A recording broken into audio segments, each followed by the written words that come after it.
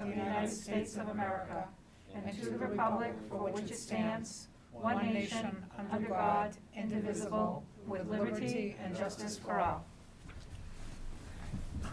Thank you. This meeting is being live streamed by Chelmsford Telemedia and posted to the CPS website for interested community members to access and watch. Although we are not allowing for in-person public participation, interested community members were encouraged to submit their names and addresses to Superintendent Lang if they wanted to participate remotely under the public input portion of our meeting. During our public input session, anyone who has joined us through the GoToMeeting platform and expressed an interest in making comment will be recognized by the superintendent and allowed to speak with the committee. If anyone watching this meeting live has questions or comments to share, they're encouraged to email one of us during the meeting. We'll read their questions or comments during our second public input session at the end of the meeting. So welcome to this meeting of the Chelmsford School Committee. We have a couple presentations and some pretty significant topics tonight, so let's get started. Our first order of business is approval of our minutes from our last two meetings on February 23rd and March 2nd. I move that we approve the school committee minutes of February 23rd and March 2nd. Second. All right, any corrections on either set of minutes? Okay, so we'll vote to approve. All in favor? Aye. Okay, 5-0. Any student reps today? Not today. Okay, all right. Any good news anybody wants to share? That's me, sorry. I was passing notes in class, sorry about that. So on Friday, March 12th, the CHS, two of our a cappella groups, took part in a virtual Northeast quarterfinal round of the International Championship of High School a cappella.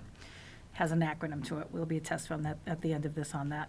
Of the 9 groups that were part of this quarterfinal, the Crescendos had ranked second place, and the Thursdays ranked first place. And the award for best solo went to Jackie P. of the Thursdays, and she's in the class of 2022. All right, any other? Could I just add to that? Sure, sure. First of all, I don't know if the video is up on our site yet, their competition video, but it's phenomenal. And I We would have them refer- all. I'm sorry? We have all the videos that will Okay. be up on the website and everything else, so yeah, they're great. They're unbelievable. They're really terrific. And I'd really like to recognize Amanda Rader's efforts in terms of, getting these groups together and what they had to go through to submit their entries, because, with COVID, it made things completely different than what they're used to. And, she's had many years of success with these groups, and I think she deserves to be acknowledged for her efforts and how well these groups have done. All right, any other good news anyone has to share? Okay. All right, so we're now to our first public input part of our meeting. For those who are speaking tonight, I would ask you to try to limit your comments to 5 minutes so everyone has an opportunity to speak. Also remember that this comment period is for items listed on tonight's agenda. Although we will not be responding directly to your comments during this part of the meeting, we'll try to address them when we get to that item in the agenda. So at this point, I'll turn it over to the superintendent and recognize our speakers. Yeah, thank you. We had 2 registered speakers for this evening. The first one is parent Peter Malloy. Peter, if you'd like to unmute yourself, you're welcome to introduce yourself. Just please state your name and your address for the record, and then go ahead with your statement. Hi, good evening. My name is Peter Malloy. I live Can't at hear 3 him. Village View Road. Peter, hold on 1 minute. We don't have audio on you. Is that turned down, Jay, behind you?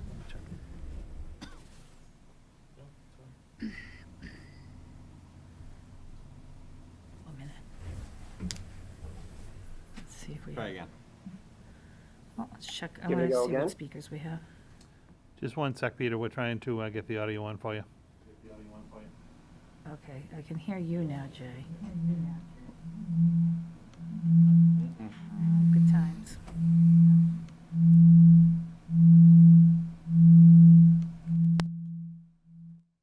By the time this is over, we'll have the down pat. All right. Oh, it's all right. Telemedia will work with us too. Yeah, I don't know why we're getting feedback. I'm off.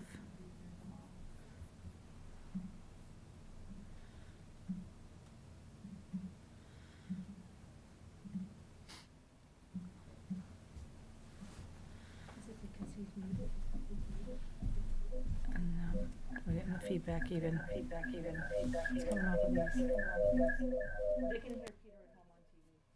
Yeah, it's us in here.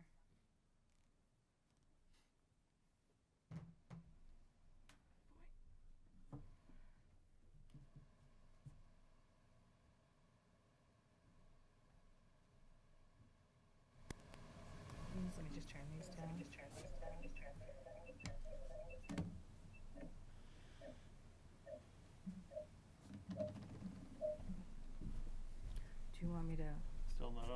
still not. How about now? Oh, that sounds a little better. Peter, could you try to just say a few words again for us? Sorry about that. Good evening. Can you hear me? No. Okay, hold on another second. Okay. Sorry about that. No worries. Yeah, we're in the school committee room. We're on, it's picking up all of the right Peter, one more time? Good evening. Can you hear me? testing. No. Testing, testing. Okay. Do you want me to come out of this and see if it will work on yours? Hang on a sec.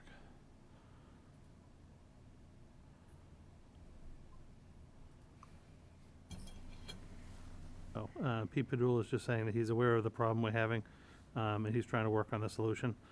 But it doesn't seem like it's something that we can control. Oh, so I was trying to control something I couldn't control. Yeah. Okay. That's We have a right. couple of emails. You want us Yeah. to read them? Peter, just hold for the time being, if you don't mind. We're going to read some of the emails that came in, and then if we can get the audio fixed, we'll come right back to you.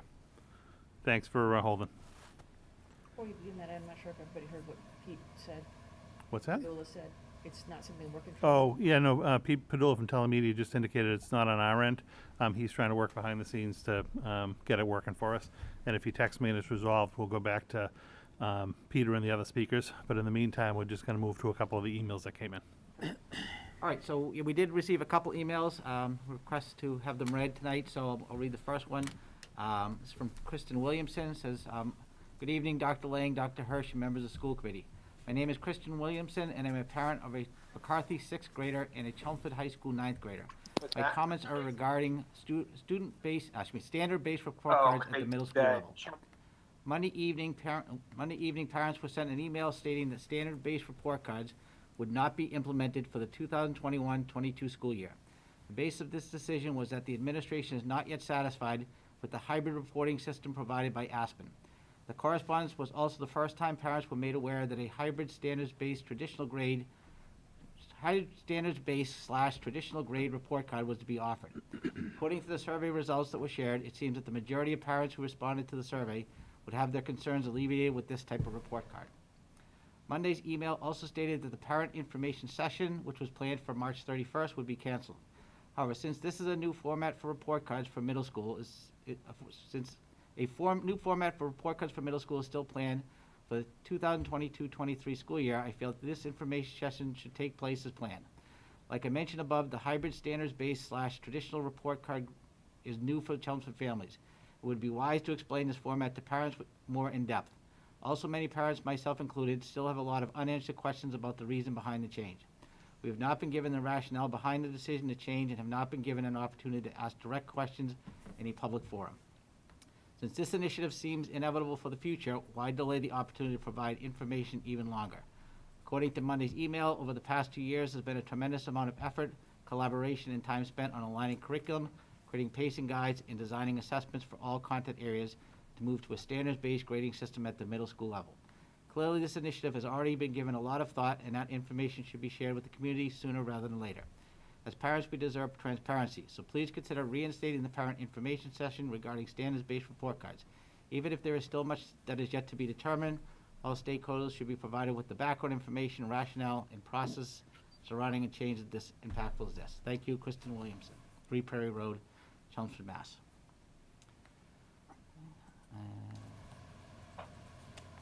Other one.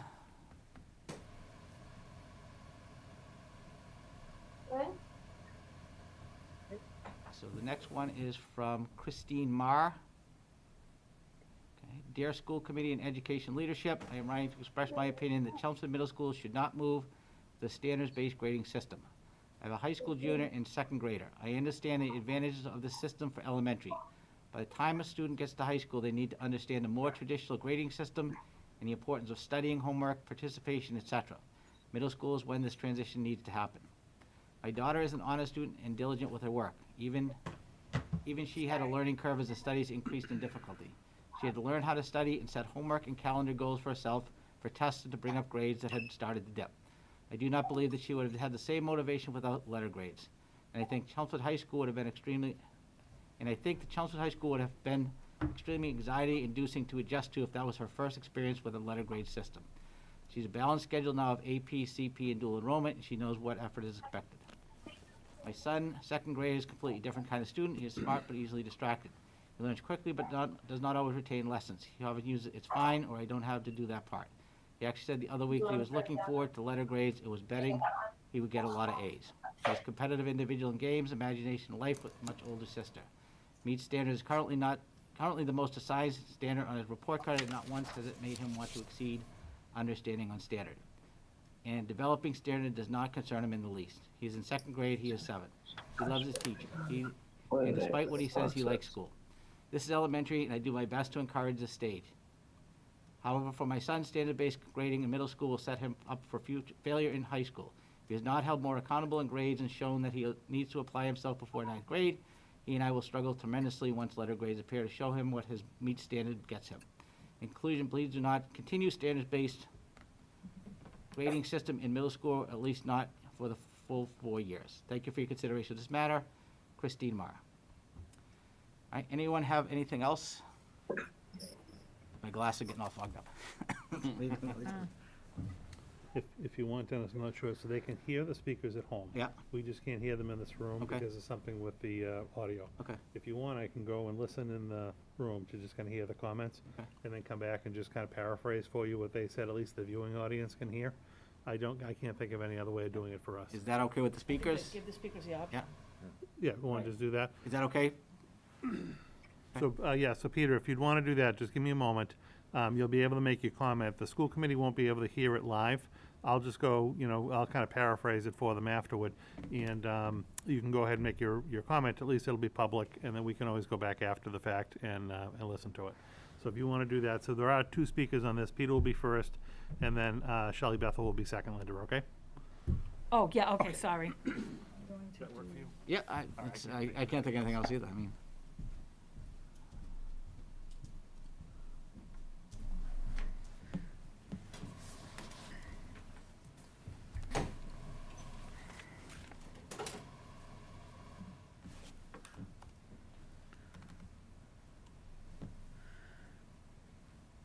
Shelley said that she will also email her okay. Yeah.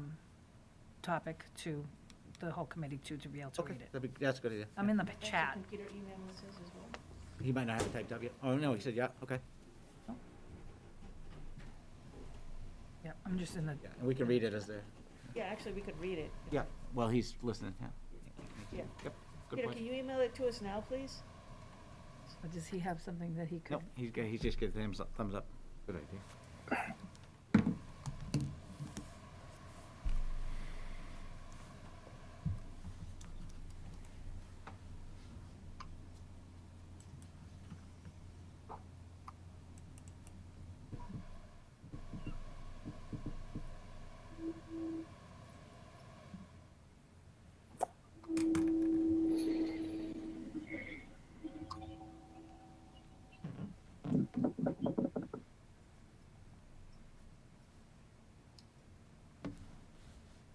not gonna be able to hear you.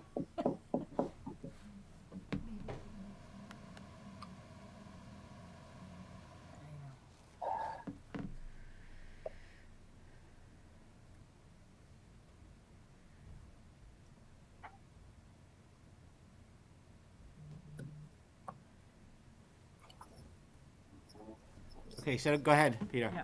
Go ahead. Okay. Give me a second. Okay, can you hear? I'm having a little issue with my email. It's just going slow. So I'll do my best to kind of multitask here. I want to thank you for the time to speak here tonight. And now I've got multiple windows and I'm all confused here. We can hear you. Peter, we can hear you now. Yay. Oh, I all fixed right. it. Okay. So if you can give me a second now, because now I've kind of lost what I wrote. I've got it here.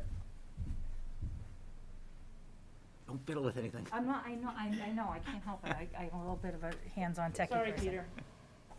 No, don't be, Yeah. not at all. That's how things go these days, I think. Yeah. Okay, so thank you for the opportunity to speak tonight. And I just want to start off by saying, in several responses and correspondences that I've sent to school committee members and administrators, I greatly appreciate the efforts that you're taking to do everything that you can to make this school year work. My comments tonight are critical. And critical, I mean like criticizing. But I just want you to know that it's not lost on me that great effort is being taken.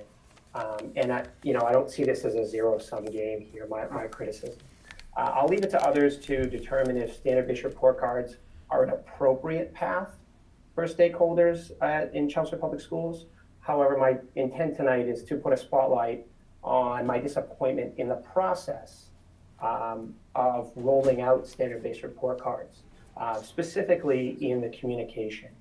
To my knowledge, the administration hasn't polled any of the major stakeholders prior to the implementation of standard-based report cards. And I include major stakeholders to be the teachers, building administrators, the parents, and I would even argue the children.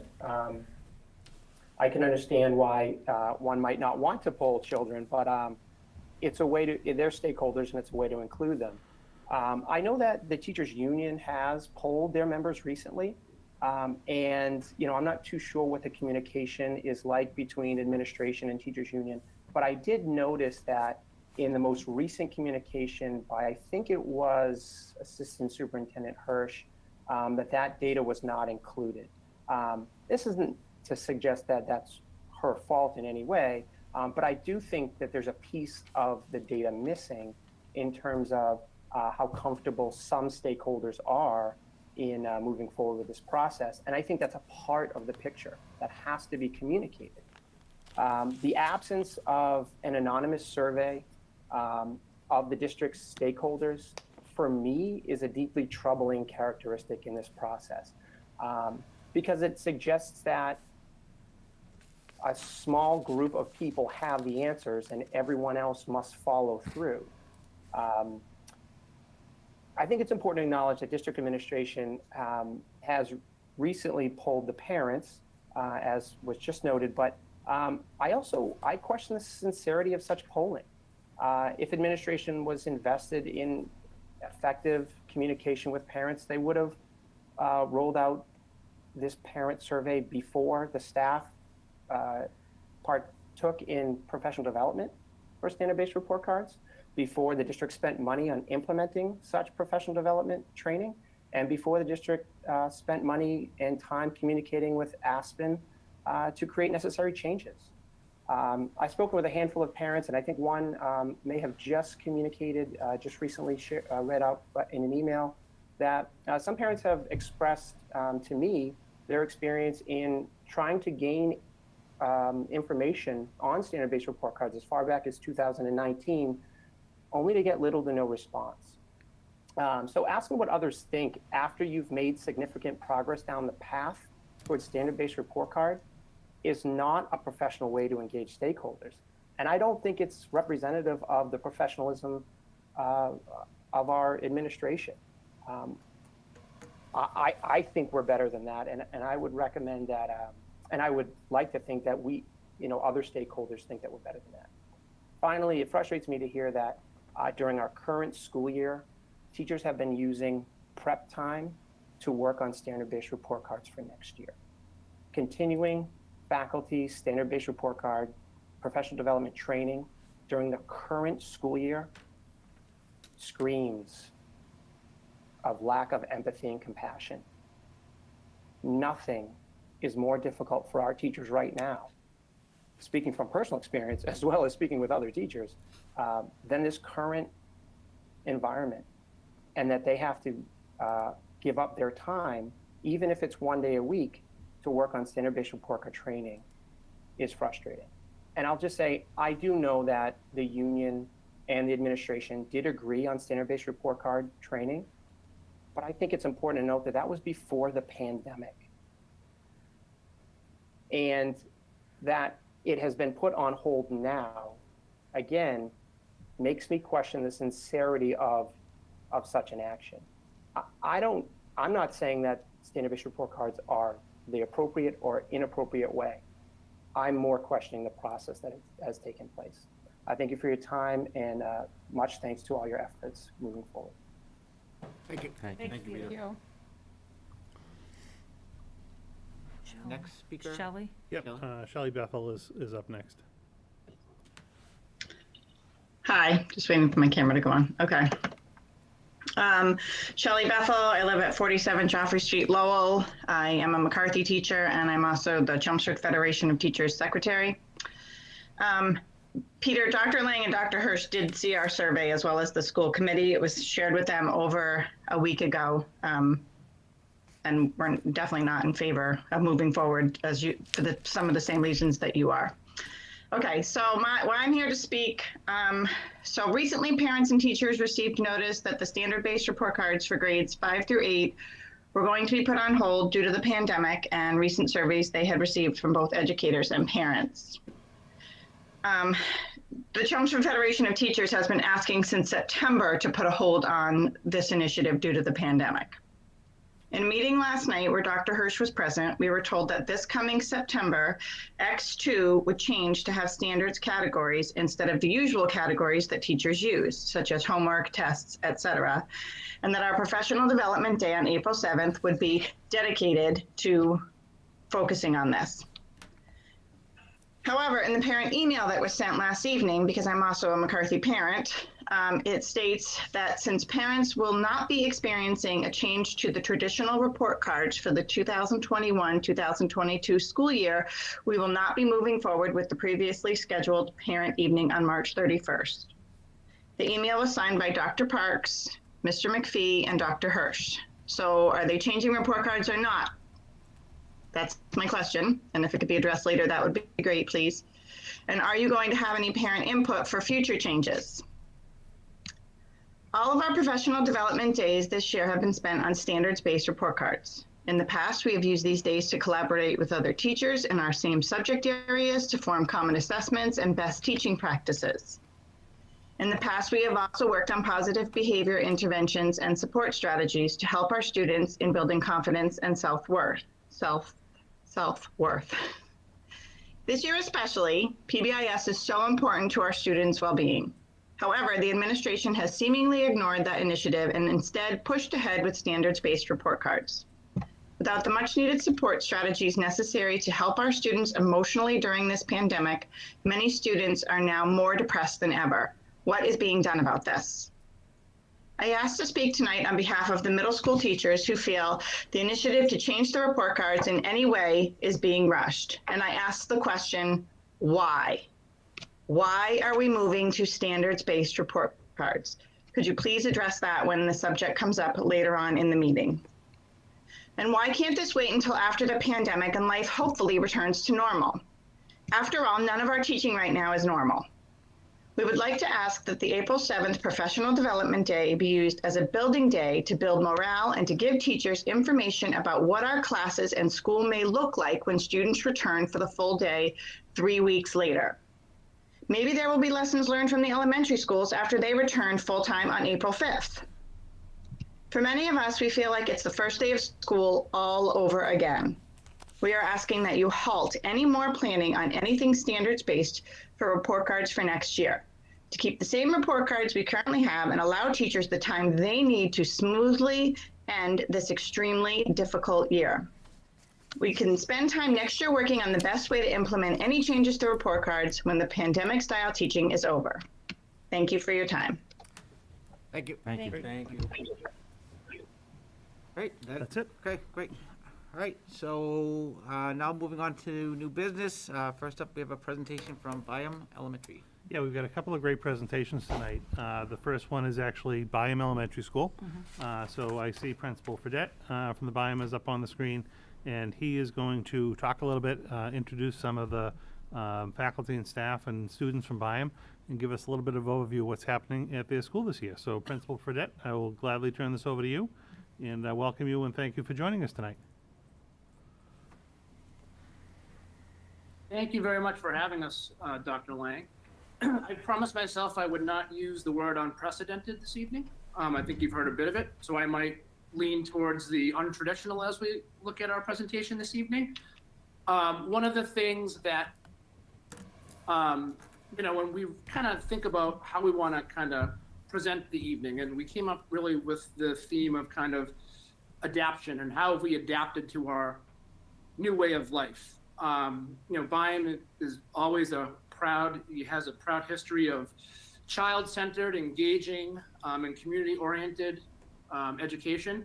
And that's been challenged this year, and how we've been able to kind of adapt to these things are amazing, and not just from a staff perspective, a student perspective, and our whole building.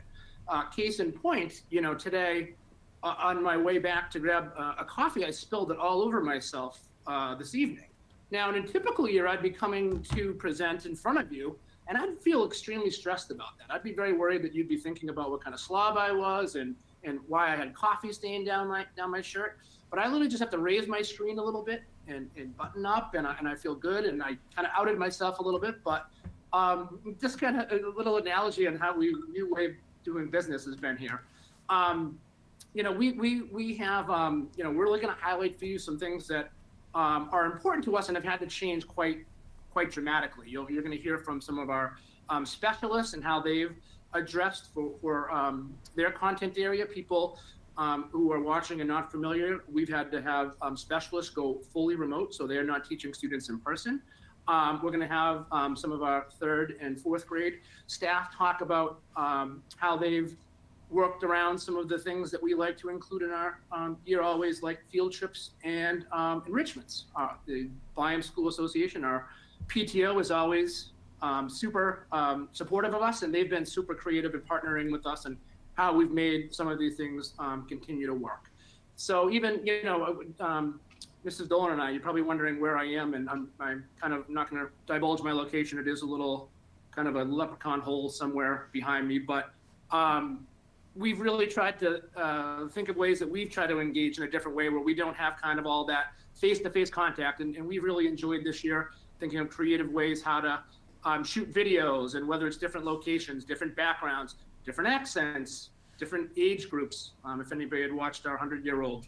So we've evolved in certain ways, and I'm really thrilled to have you kind of see how these amazing creative people here that work at Byam School have been able to address that. So I know you have maybe some important things to talk about this evening, so we're trying to, we'll try to keep this brief, but I hope you do enjoy just a little glimpse into what life has been like. So I'm going to turn it over to Mrs. Betsy Dolan, our assistant principal, who will intro some of our staff. And Dr. Lang, if you could just go to our PowerPoint or Google Slides would be great. If You actually, I made you a presenter, Jason. Oh, amazing. Okay, even better.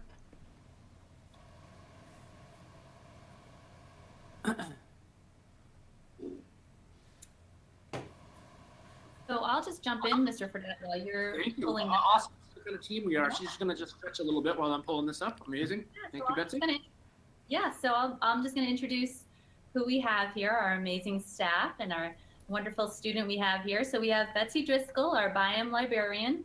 We have Kathy Jackson representing our 4th grade team. We have Amy Brown, our Byam art teacher. And then we have for 3rd grade, we have Christy Streeter and Carla Koken representing the 3rd grade team, along with their 3rd grade student, Finn O'Leary, who will be talking about poetry and poetry enrichment. So that will be our second slide that we can go right through after you pull that up, Mr. Fredette.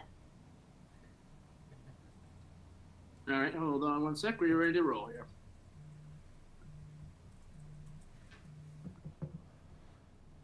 And since Betsy, I was going to say since Betsy is first, I could have her, if you're not ready for the visual, Mr. Fredette. It looks like you are.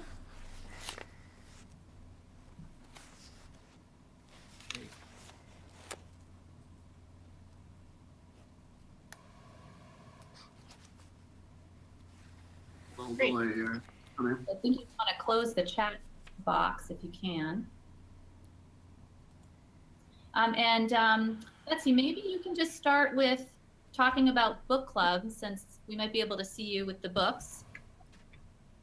Oh, I can Oh, see sure. it. So I'm on the screen or you're presenting? It looks to me like my Bitmoji classroom is being presented. You got it. So yeah, if you want to talk about the Bitmoji, Betsy. Sure. Okay, so I'm Betsy Driscoll. I'm the Byam School librarian, and this is my first year in this position. It's been an interesting challenge not having students come into the library, not being able to circulate books safely. So we've had to come up with some creative tools to adapt, but some of those tools I found are really exciting and dynamic, and I'm looking forward to using them even in a so-called normal year. One of them is my Bitmoji classroom, my Bitmoji library here. I call it my virtual classroom to my students. And you can see I have, this one is for the 3rd and 4th graders. I have a separate one for the the kindergarten through 2nd grade. And I update it regularly. A week ago, the window outside had a snowy scene, and once the weather got a little nice last week, I switched it to a springtime look. But I have books. The children can click on any of these book titles, and it will bring them right to a video recording of me reading the book. They hear my voice and they see the pictures in the book. They can click on any of these books. I've recorded several hundred books for the students to access. So at any given time in my Bitmoji library, I have many books on the shelf, but I also have more in my Google Classroom, books that they listen to in their classrooms. I collaborate with the classroom teachers and they have links to my library. I want the students to see the library not so much as a class, but more as a resource that they love to use, that's exciting and dynamic and useful for them. One of the things in my Bitmoji classroom that you can see is this child on the pillow sitting on the floor, and it came from an activity that I threw out there as I introduced an optional ongoing assignment back in November for again, adapting that. It used to be that 4th graders, 3rd graders could go to some of the younger grades and go physically into the classroom and read with a partner, read with a buddy, read to the classes in the younger grades. And they couldn't do that this year. And so I offered them an opportunity to record themselves reading a picture book.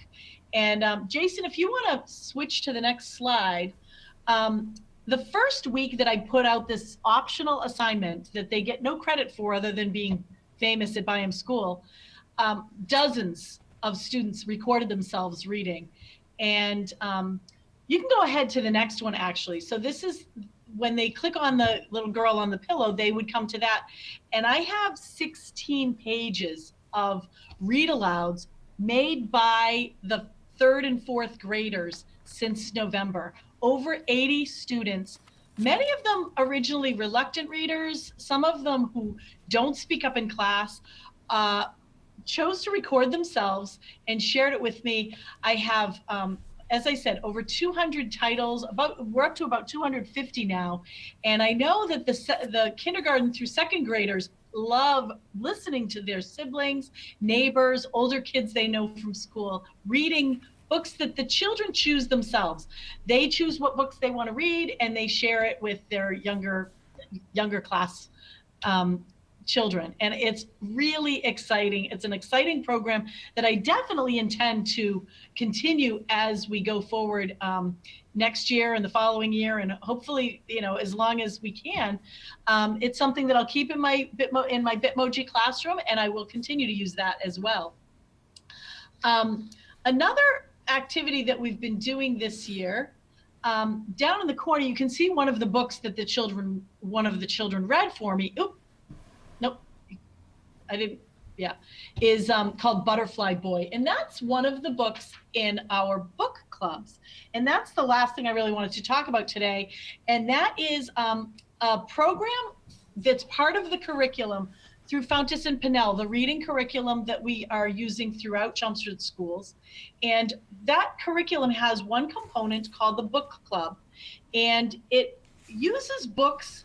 I have several of them here. It uses books that complement the books that they're listening to and reading and reading and guided reading in their regular ed classrooms. And one of the things, the way it works is in my library, I will offer through second, third, and fourth graders can choose every month from 4 books. And they choose it totally not based on whether it's challenging enough for them, too challenging for them, but just on what their interest level is. Jason, you could probably stop presenting the screen now. I realized that they don't need to keep seeing all the read alouds from the students, but they choose these books just based on their interest level. And then I send it home with them with a time that they're scheduled to meet to discuss the book. And then, and again, this year it's been a little bit different because we only see the students live once every 5 or 6 weeks, but I've been scheduling short 20-minute meetings with 5 or 6 students, sometimes as few as 4, and have a small group discussion. And this has been positively magical. The students are so enthusiastic about it. They really love the books. They love interacting with their peers. They love talking about the books. And there's no writing prompt or assessment involved. It's reading just for the joy of reading. And it's been a really exciting program, and I'm looking forward to implementing it in the library when the students can come in. It'll be a little bit different, but I really am happy with the books that the Fountains of Pinnell has, and I'm happy with the reception that the kids have given for book clubs in general and talking about books in a community, which is really what the program is all about. Thank you very much for listening. Thank you. I think next is Kathy Jackson.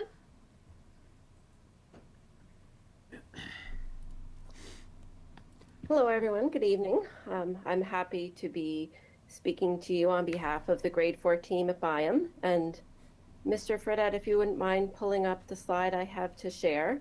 I just wanted to take a few minutes to express our excitement and gratitude to be able to offer our students some virtual field trip opportunities this year. There are so many fun field trips that we would do in a typical school year that kids kind of came into this year saying, oh, we're not going to go to the State House, or, oh, my friend said Lowell Mills was really fun, I bet we can't do that. And we've been talking with students and saying, well, we do have some fun things. You know, you're right, we can't do that, but we do have some fun things in store for you. And this is a slide from the first virtual field trip experience that my class in room 31 had this year. And it was a program, the Rescue, Rehab, and Release program, that was donated by one of my parents, whose kids are participate in this program in Florida over the summer break, and was excited to share the fact that they had some virtual field trips, and was I interested in one. And I was very excited, and I have to say I hadn't done something like this before with the class, and it was wonderful. The pictures of the woman you see here, one of the instructors, her name is actually Shell, which the kids got a huge kick out of because we were talking about turtles and shells and whatnot. They thought that was a hoot, but she was wonderful with the kids, very patient, very knowledgeable. And we learned all about the turtles that they rescue and rehabilitate, and got a tour of the center as well, and heard all about it. You can see in the bottom left corner, they were actually in the lab measuring one of the recent rescues and collecting data. And it had some really nice tie-ins with our upcoming 4th grade environments unit in science. And the kids they had a ball, and she was wonderful. And I highly recommended it to my teammates, and they are all scheduled for their own virtual field trips with the Marine Science Center in the next coming weeks. And that's one thing that we've been very excited about.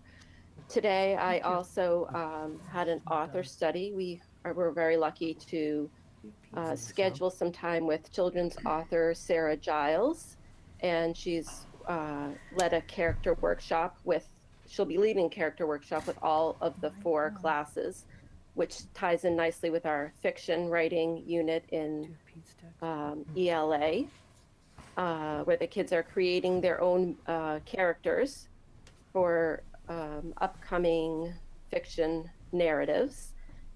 And I know that the other teachers will be scheduling that tomorrow, and I believe the other 2 are next week. And then we also have to look forward to a presentation on energy to tie in with science. And we have some things scheduled with the Songa Center in Lowell to take the place of the Lowell Mills field trip that we would normally partake in as a tie-in with our immigration unit in social studies. So again, just very grateful and excited that we've been able to offer these opportunities to our students, and still elicit some of the excitement in the curriculum that they were looking forward to as incoming 4th graders. So thank you very much. Thank you. Thank you. Thank you. Thank you. Mrs. Jackson. And next up is our Byam art teacher, Mrs. Brown, to further discuss how we've adapted at Byam in this virtual world. All right. Mr. Fredette, if you're able to just stop presenting.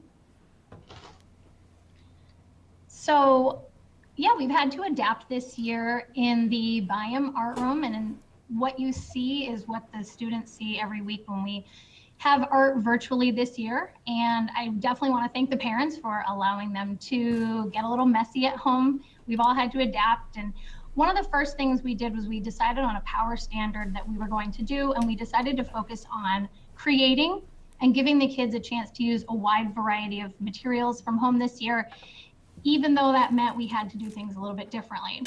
On a normal year, we'd be ordering supplies in bulk and having the kids all share, but this year we had to go a different route, and all the kids at Byam were able to get an art kit, and we used the information from the homeroom teachers on what they were getting in their homeroom, like markers and pencils, and then we sort of filled in the gaps with everything that they might need to create art at home. So each week they log in, they have their art kit, and then we kind of work from there.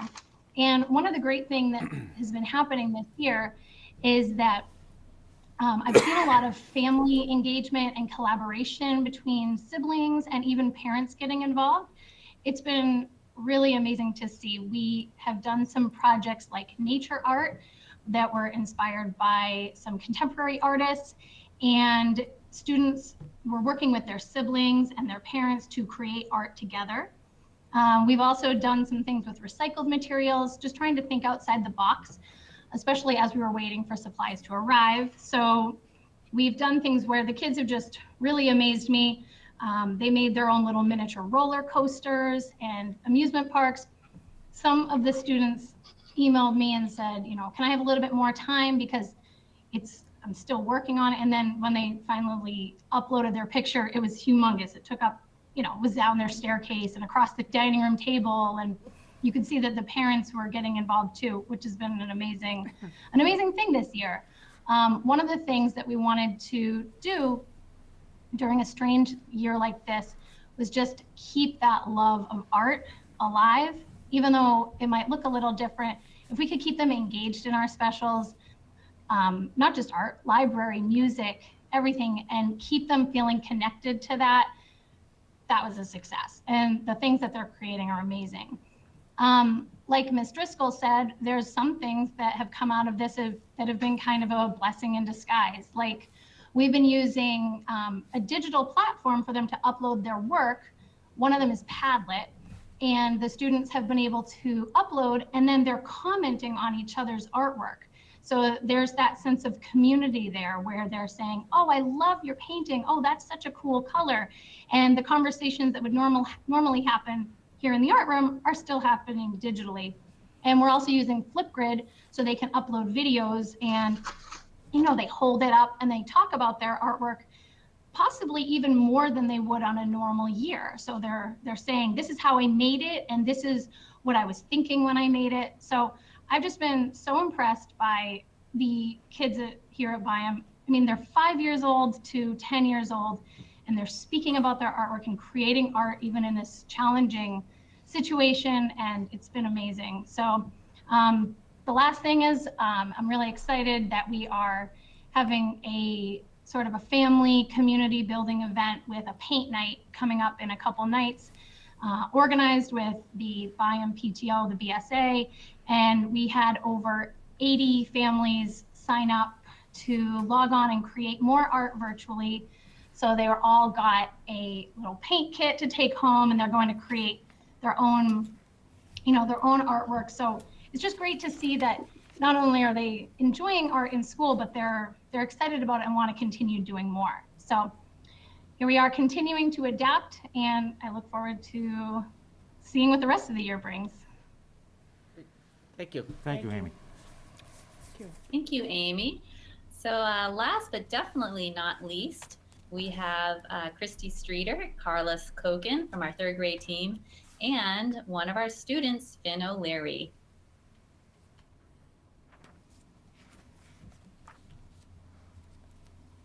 Hi.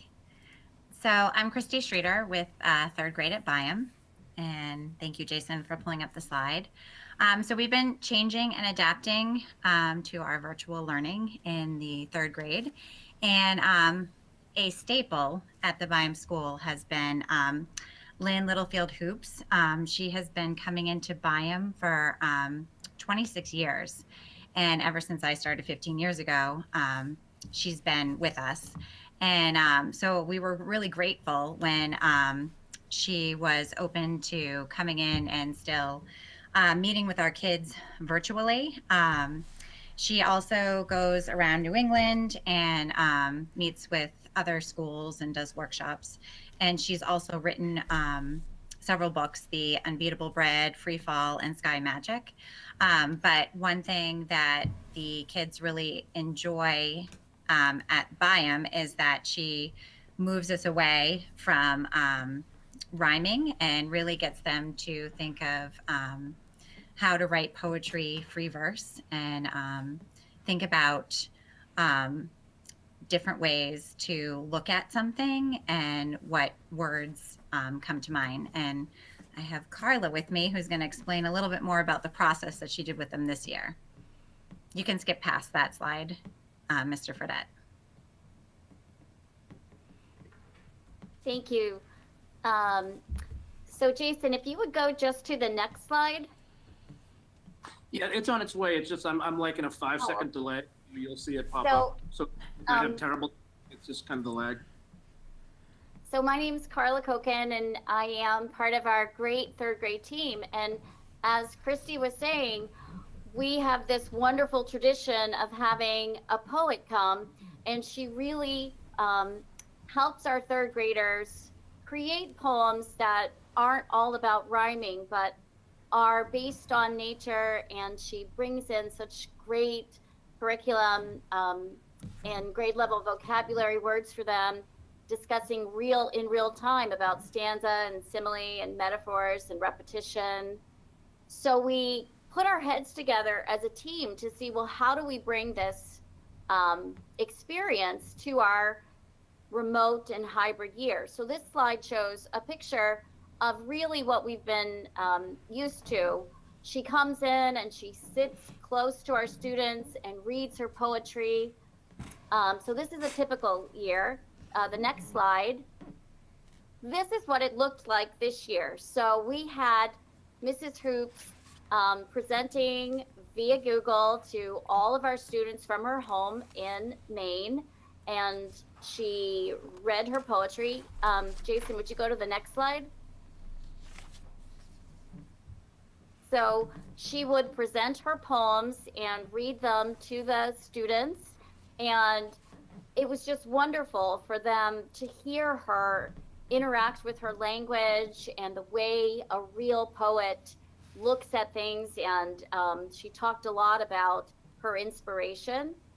And then the next slide, a real key part of what she does is she brings in photographs that she's taken of animals and plants, and all of our team found a way to send home an individual photograph to students, no matter whether they were in the classroom or remote, and they had these photographs, and this is an example. Someone had the little turtle, and they used these photographs to be inspired, guided by Ms. Hoops. And the next slide. In a typical year, we would give our students time in class to have Ms. Hoops walk around and give them feedback. And so this looks like what it usually, these large pieces of paper, and she teaches them how to move through the process. And so the next slide, one of the things we did was we presented a Google Jamboard and Google Slides, and she went through the process with kids, looking at the screen and setting up their own paper while she talked them through. And in a typical year, she walks around, but this year she used a breakout room, and students could talk one-on-one with her and share what they were thinking, and she could look at their photographs. So it was terrific for them to engage with the poet in the same way, just through our breakout rooms. And finally, next slide, Christy has one of her students, Finn, who, this is his poem and his picture, and Finn is going to take it over and read his poem. Hi, my name's Finn O'Leary, and I hope you like my poem. Lil Loon by Finley O'Leary to Miss Streeter. Take a swim, Lil Loon, dive under the shining water. As you dive, I feel your feathers ruffle. Your eyes, Lil Loon, is like the sun on the water. As you dive, I see your eyes shut tight. Splash! The water closes around you. See you later, Little Loon, as the water engulfs your tail. I hope you liked it. Nicely done. Thank you, Finn. That was great, and you got a chance to listen to some local politics, which is always a treat. So thanks for hanging in, my friend.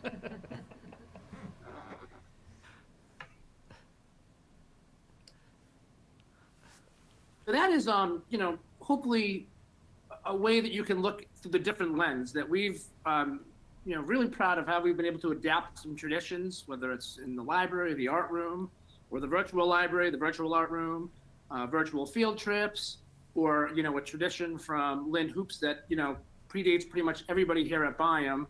We're proud that she really kind of she has such a connection to the school that she really came out of retirement and kind of worked to update and modernize her presentations, which are so tactile and so visual for a kind of a pandemic world. So, we're happy to answer any questions, but we're really grateful for the time to present to you all. Anyone have any questions or any comments or?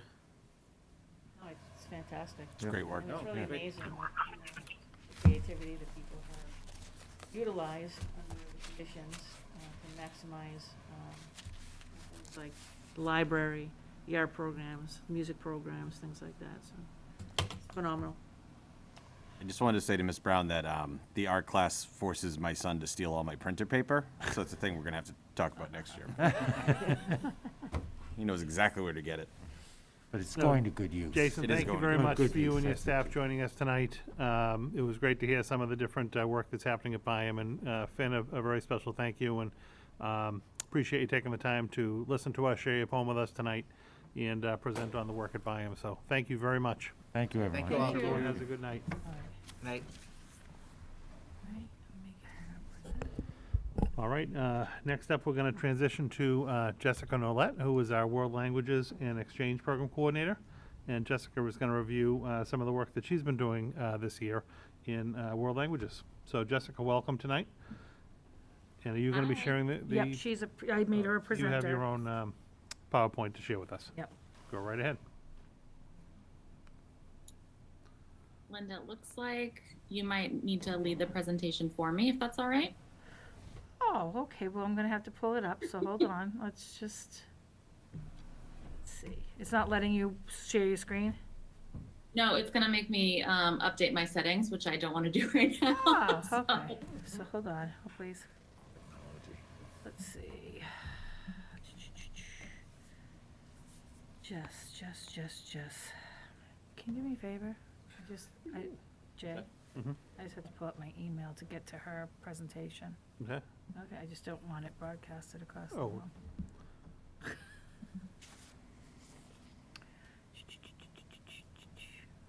Hold on, presentation. There we go.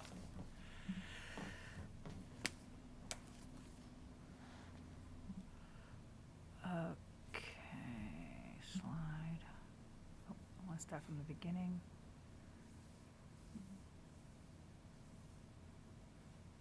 Where do you start from the beginning on this? All right, Jess, I'm going to be a human clicker. Okay, perfect. Thank you so much. It's great to be here with everyone tonight. I'm excited to share some updates and what's been going on in the World Language Department this year. Linda, you can go ahead and click. Thank you. So I'm going to share information about our American Sign Language program, which began this year at Chelmsford High School. I'll also share some information about virtual cultural exchanges that we've been doing, since obviously we haven't been able to travel. I'll share some information about what our middle school world language classes have looked like this year, and I'll end with some updates I have on the sale of biliteracy. So as you know, this year was the first year we started offering American Sign Language at Chelmsford High School. Students can take this as an elective or enroll in the full year course and plan to be in it for at least 2 years to complete their world language graduation requirement. For this year, we had 44 students enroll in the full year ASL 1 course and 138 students enroll in the ASL elective. So we were incredibly proud of those numbers. It's been a really popular program. Currently, we're in the middle of scheduling for next year. We had over 250 student requests for ASL, either the full year or the elective program, which again was very exciting. So next year we will be offering ASL 1, ASL 2, both full year courses, and we'll also offer the ASL elective. Ms. Fitzgibbons is our ASL teacher, and she's done a wonderful job creating this program and getting kids excited about sign language. I'd also like to shout out Abby Dick, who's our ELA coordinator and also learning sign language herself. And she has been running a virtual ASL club for our Parker and McCarthy students every other Tuesday. Kids can join in the Google Classroom and practice ASL, and that's been hugely popular as well. We have currently 58 students enrolled in that. So this year, we obviously haven't been able to travel, which is really disappointing. We had lots of exciting plans for exchange programs, which are just put on hold for now. What we have been doing is that our high school world language teachers have been pairing up with other teachers across the world to exchange letters with their students, videos, and give kids an opportunity to practice their world language skills in a different way. So this map just shows you where some of our partner schools are located.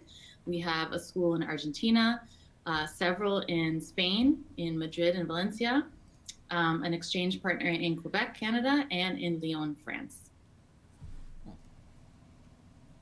So the next couple slides are just examples of the work that teachers and students have been doing with these virtual exchanges.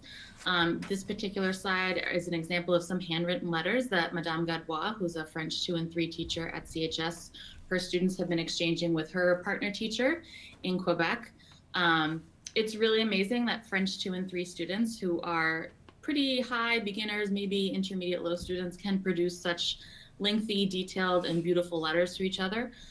So that's really impressive. Our next example is from Senorita Farinetti, who's a new Spanish teacher we have at CHS this year.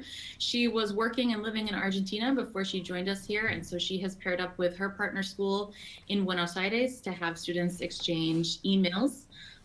They found it a little bit of a challenge because Argentina is on a different school schedule than we are, but it's still been a valuable experience, and students have been able to put all the vocab and grammar they've been learning in classes into real practice by exchanging letters. And our final example is from Senora Gauthier, who's a Spanish 2 teacher at CHS, with her partner teacher, who she actually started communicating with last year in Madrid, Spain, and students have been writing Google Docs, adding photos to share with each other. So these are just some of the great examples of ways that we have been finding to connect with people around the world and practice our language skills while travel is on hold.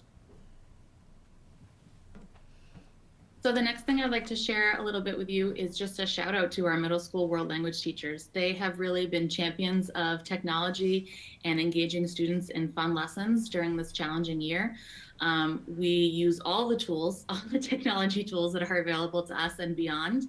Currently, they're all doing a March Madness type of activity with music in French and Spanish. So each day students listen to 2 different songs in the target language, learn about the artists, and they get to vote on their favorite using a class bracket, which is really fun. It's a great way to expose kids to authentic music in the target language. And our very own Mr. Cantor, who's a French teacher at McCarthy, has even started his own YouTube channel where he makes videos in French to reinforce some of the concepts taught in his classroom. So I just wanted to say that our teachers are going above and beyond in trying to find ways to engage students and to keep lessons fun and engaging. So the last thing I wanted to share with you is an update on the Seal of Biliteracy. Last year, we joined this program, which over 100 schools in Massachusetts do. The State Seal of Biliteracy is an award given to seniors who demonstrate proficiency in English and a world language. Students can do this by taking either a computer-based test or complete a portfolio assessment based on the languages that they would like to pursue this award in. This year we started testing in January and are wrapping up just now. We tested both remote and hybrid students. And the test, students take the 4 domains of language. So they take a reading, writing, listening, and speaking test.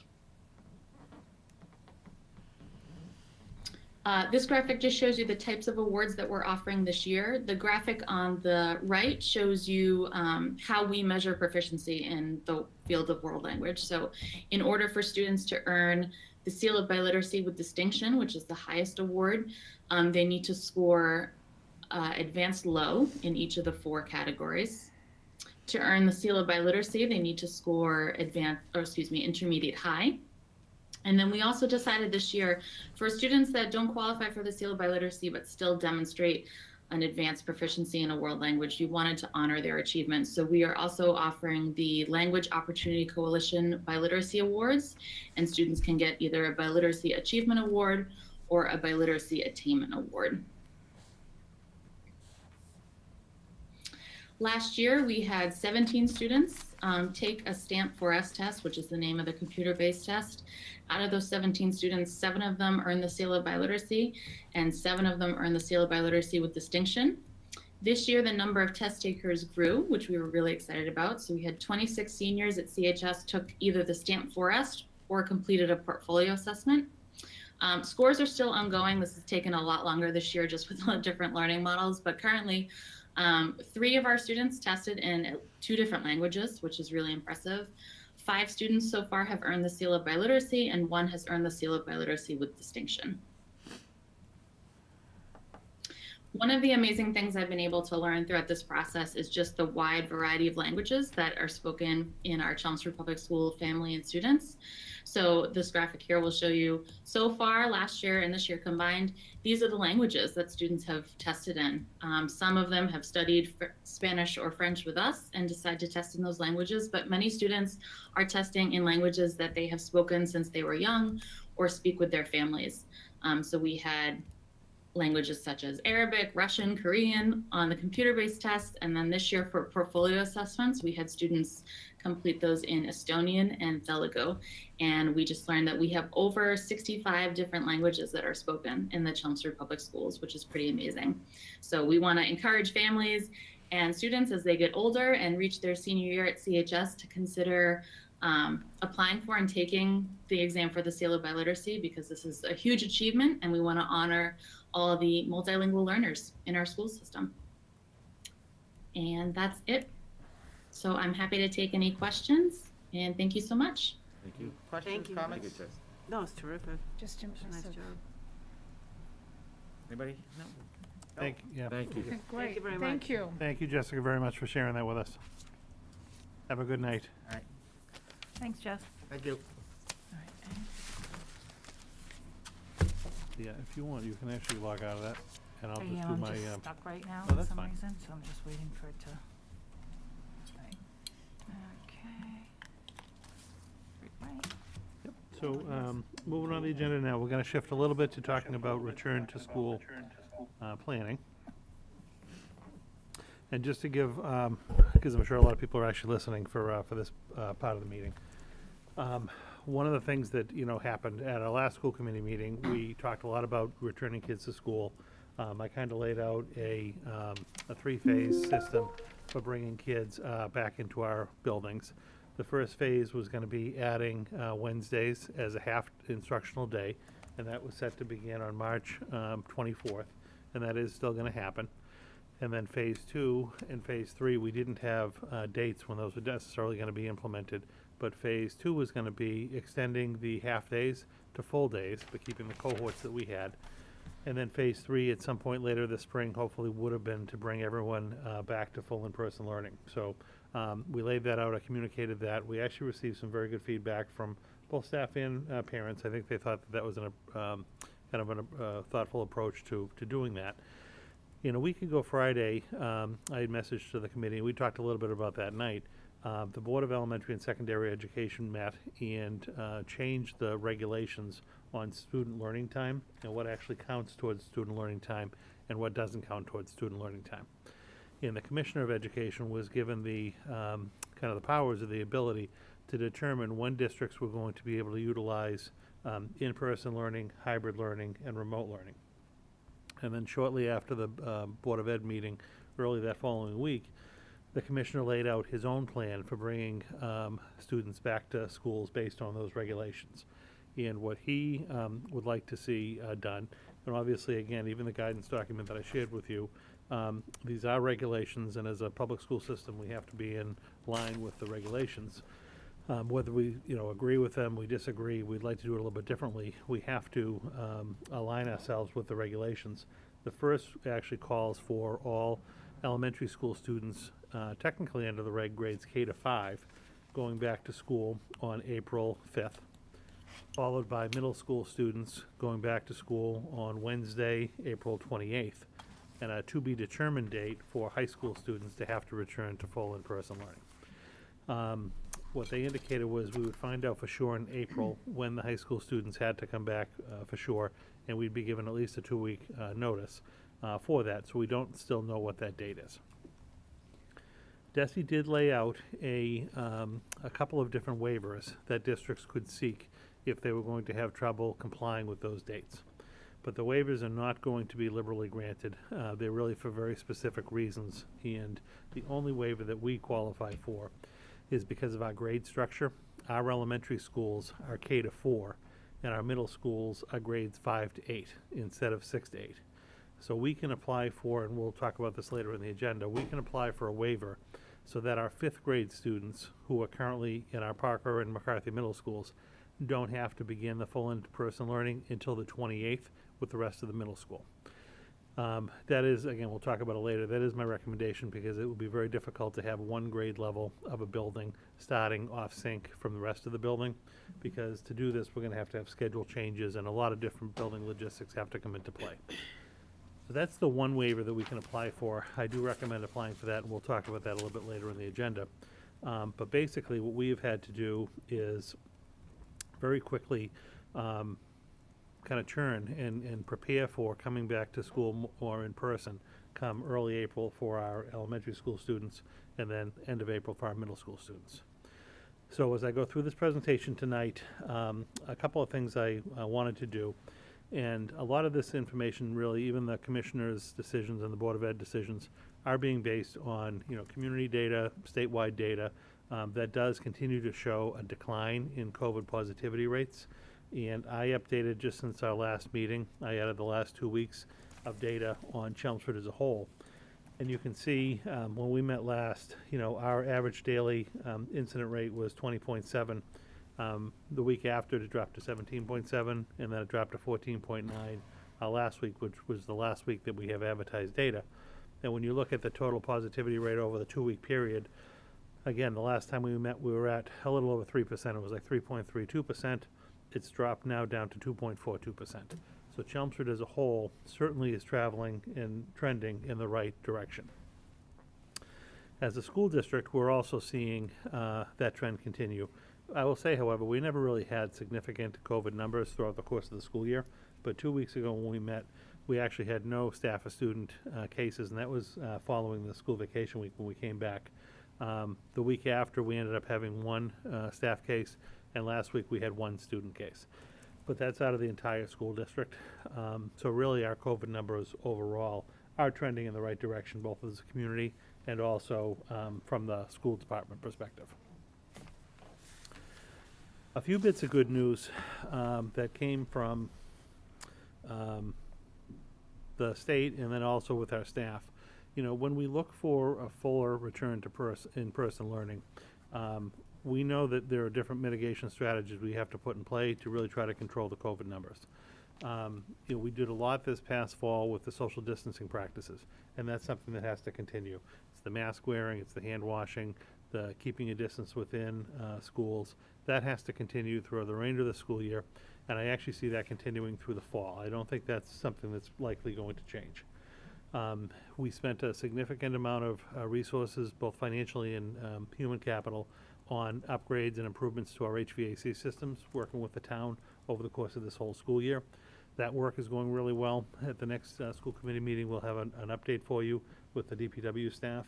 But that work has gone incredibly well, updating systems, making sure we have the right level and higher levels of filtering within the systems. So we're really in very good shape as far as that's concerned. We'll talk about it in a little bit. We started a pool testing initiative, a voluntary pool testing initiative for our staff and students. That was another mitigation strategy. And then I think the fourth one that everyone has been kind of clamoring about is the COVID vaccine, particularly for our staff at this point. In about a week and a half ago, the governor did make K-12 educators, so all staff in the school department. This includes anyone that works in a school building. So the teachers, the support staff, the custodians, the food service workers, the bus drivers, anyone that really impacts the school day now qualifies for the shot. So we were very happy about that. In January, when we thought we were going to have vaccine availability a little bit quicker than we ended up having, we had worked with the Board of Health. We were really hoping that they were going to do like a first responder clinic for us, similar to what they did for police and fire. And our Board of Health was very much on board and wanted to do that. The state made a decision that as of March 1st, new vaccine would not be given to local boards of health. That basically any of the state vaccine was going to be pushed to kind of those super centers. I forget exactly what they're called, but the bigger vaccination centers. Lowell General Hospital has one on the Pawtucket Boulevard. That's probably our closest. But, you know, Fenway Park and Foxborough Stadium, things along those lines. At that time, to prepare for the vaccine, thinking we were going to have access to it, I had surveyed staff, and very quickly they responded and indicated that they, you know, wanted the vaccine. We had 717 staff tell us at that time, almost pre-register, that when the vaccine came in, that they wanted it. So in my mind, I've always known we needed about 750 doses, and that was the number we were looking for. When I put this presentation together yesterday, I surveyed the staff as well, and they've been excellent about kind of keeping me in the loop, because I want to know exactly how many of our staff have not been vaccinated or have not been able to receive their first shot. Just in the event Lowell General were to call or the Board of Health were to be able to get some vaccine, I quickly want to be able to vaccinate our remaining staff. So as of yesterday, you know, 432 or 66% of our staff had either already received the vaccine or had scheduled the appointment on their own to be able to get their vaccine. So that was excellent. I'll tell you, you know, I was looking at the numbers again and sending another communication out to staff before the meeting, and we were just actually right around the 200 mark.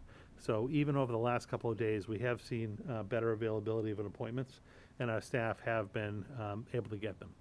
So at this point, we have a little over 500 staff that have either secured the vaccine or at least have their appointment to be able to get that. So I think that's great. And again, we're just trying to come up with the number that's remaining to be able to help them get the vaccine when it does become available. So that is still in the works. I think staff are feeling much more comfortable once they have the vaccine, or if they at least have the appointment scheduled, as we start these discussions about having a greater return to in-person learning. On the next topic, COVID pool testing. So this is our voluntary program for COVID pool testing.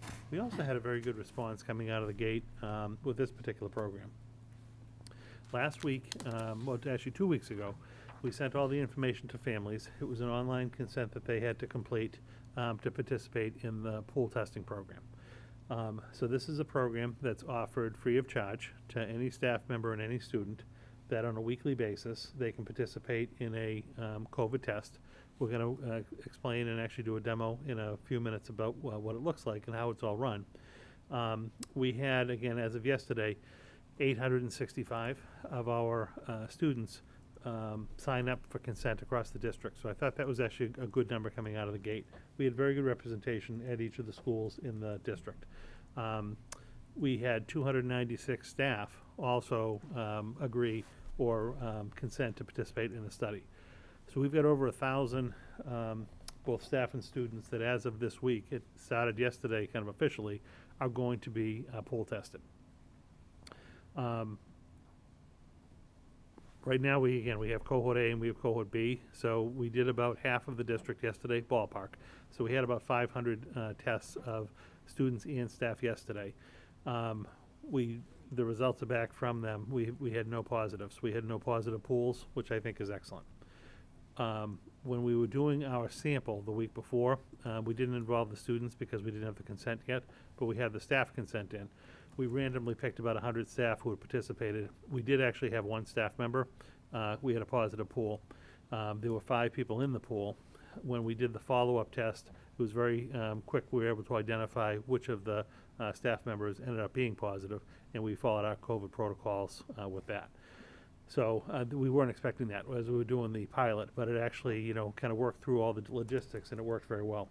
We participated in the pool. We identified the individuals. We were able to obviously help the asymptomatic staff member and follow our protocols, so it really worked well for us. So we have, between that little pilot last week and then just our first Monday pools, I want to say in the ballpark of, 600 plus tests, we have had only one positive. So I think that is excellent. I think, this is going to be telling. We're going to put a dashboard together at the end of the week, very similar to the other COVID dashboard, to just be able to track like how many tests we've administered and then how many have come back, positive or negative. But I think, again, this is all a good news story. As more and more people see the COVID testing within the schools, we're pushing them to sign up. So even as we put this push on to have more people come back to in-person learning, if you didn't sign up for the pool testing yet, but if you're talking to your kids and they've seen their friends doing it and it looks, the kids will probably think it's kind of cool, particularly at the younger grade levels. But if it's something that they'd like to try, you can consent. At this point, it's always going to be open. We're going to be pushing that messaging in our weekly newsletters with the link to be able to go on, staff or students, and sign up to be able to jump into the next pool. So if you didn't do your consent for this week, you likely wouldn't be included in the pool. We wouldn't have enough turnaround time. But next week, when we start, you could be included in the pool. So we want to keep growing this number. But again, ballpark-wise, we're at about 1,000 overall staff and students who are participating. And I'll be really curious to just see if that number holds by the end of the week and how our first run of it goes. The companies, it was a little bit slow getting off the ground, but we do have the companies supporting us with the testing in the schools. We had multiple teams in the district yesterday performing the testing. Peggy and Gump and the school nurses have been wonderful trying to assist and help with the process, and even that follow-up by next test that we had to administer really went seamlessly. So I'm very happy on that front, and I guess the takeaway would be it is a rolling basis to sign up. So if you're hearing about it, if you're interested in it, again, we're actually going to do a little demo in a few seconds so that people can kind of see what it's like. Please, sign up, staff or students, so that we can do that. The only 2 exceptions at this point, and we had some data on this, so I just have to clarify this in a future communication. The pool testing is only open to students who are actually in person. So if you're in-person hybrid right now, or eventually you're going to be in-person full-time, that's the group that we're pool testing. If you happen to be fully remote and you're not coming into the school for any services or whatsoever at this point, we're not having you come in to just do the pool testing. So it's really only for people. We had a number of fully remote people, students have their parents consent for them. I don't know if they were thinking about eventually they're going to make the transition to in-person, which is totally fine. But we're not setting up like a queue for remote students to be able to come in and test. It's only for people actually in the building. The only other caveat, there were a number of people who signed up, and one of the questions was, have you tested positive for COVID within the last 90 days? And if you've tested positive for COVID within the last 90 days, you don't want to be included in the pool because you would still carry the antibodies to potentially send a false negative in the report. So if you did sign up, staff or students, and you had a positive within the last 90 days, you were individually communicated with that you really can't participate in the pool testing right now. As soon as your 90 days is up, if you have your consent in, you can jump in. But we don't want to be throwing a lot of, kind of false positives and having to go through all the by-next testing if that's the case. So those are the only two things that have really come up, and I'm just going to, in my weekly communication this week, kind of clarify that for individuals. Again, rolling basis, it's only open at this point in time to people who are physically in the buildings at some point during the day, and you're not supposed to participate if you were positive within 90 days. Other than that, I have to say, really has gone off, very well this first week. A lot of time, a lot of effort, a lot of labor. The state is covering the cost for this program through April School Vacation Week, so we don't have to worry about any of the cost for the program. I'm curious to see if the state's going to extend that and potentially pay for the rest of the school year. If not, our either local funds, our ESSER funds, school reopening money, it's an acceptable or allowable cost. So we will have the funding to be able to pay for that for the rest of the school year. Again, I think as a mitigation strategy, it's going to make people feel more comfortable coming back in school, and my recommendation would be that we continue it. And let's see what the results are. And again, I think it is going to be telling when we can put the dashboard together to just actually identify how many tests we've run, the negativity, the positivity rates, and use that as just another factor as we're bringing people back to school more time in person. Why don't I stop there for a second and see if anyone has questions on the vaccine or pool testing, and then if you'd like, we could talk about giving it a try so that people at home could kind of watch what it's like, just to see what the expectation level at the school would be. Yes. So would people who came in for activities or like athletes, could they be part of the pool testing? Anyone who is physically on site Right, okay. at some point, right, Right. can be. The issue that we would run into, if it's someone who is, say, remote during the school day and they're only coming in for athletics, say, in the afternoon, the only problem is our testing window is in the morning. So it would be more of a scheduling issue. We wouldn't say no as long as they're on site for some type of programming, but it would be a little bit more difficult for them. They would physically have to come to the school during the window to be tested. But it's technically open to anyone who is spending a portion of their day in person. Donna, do you have something also? Yeah, I mean, I think that, I think we had a thoughtful plan. Yeah. Up until Commissioner Riley's decision to change that. And I appreciate everybody's work, throughout the system in terms of getting that plan developed. When I look at the mitigation factors, we have vaccine, HVAC, pool testing, hand washing, and distancing. I don't want to oversell. I think we are moving in a positive direction, but I don't want to oversell it because not everybody's gotten their vaccine yet. We're just getting that process off the ground. HVAC is not completely ready yet.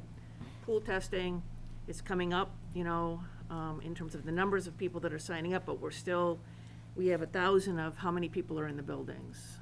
I'm not sure. Right now, I would say, somewhere in the low threes. Okay. The only issue with the pool testing is it's 100% voluntary. Correct. So we can't, Right. we can't, we can only test people who volunteer for the program. Right. And then we have the distancing, which is going to change. Correct. So, I think we are moving in a positive direction. I think we are doing the best that we can, given what we were charged with recently. But I do think it's important that we recognize that the mitigation factors are not operating at 100% just yet. And, maybe they will be in the near future, but I think it is important that we do recognize that as we go forward.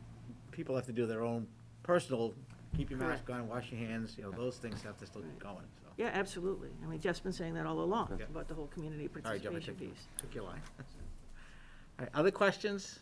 I As people transition in, what is the plan that we have to make sure that those students who are coming for the first time to the building, and parents who for the first time have students in school, know exactly what needs to be done? What are the additional steps that we might be taking to get those students ready? Sure. So, I can give you the overview now, but like there are some additional slides that kind of talk about the reentry a little bit. You know, one of the things that we will be doing under this is kind of a phased approach, even though it's not on our timeline. You know, we're going to be helping the elementary school students transition back in first, followed by the middle, and then, you know, the high school hopefully right on their heels. What we're doing at this point in time is we sent a communication to families last week that basically lay out the different options for them. And the options, when we get into it, are, you know, would you like your student to come back full-time in person 5 days a week of learning? Or would you like your student to remain, you know, fully remote for the rest of the school year? So those are the options that parents are being kind of presented with, and they have to make a selection for their child. What's the matter? Okay, so I understand that. Oh. So what I'm thinking is, we're dealing with all of these mitigation efforts that you've just discussed. Right. With students who are present in school. Correct. Who have been here for all of these months in the hybrid model. Mhm. We're now going to be bringing in students who have never been physically in the facility, may not realize, you know, we're not going to be touching this, doing this, whatever, Correct. at different levels. What are we doing to prepare those students? I was getting to that, but like say Okay. at the elementary, because again, it's phased.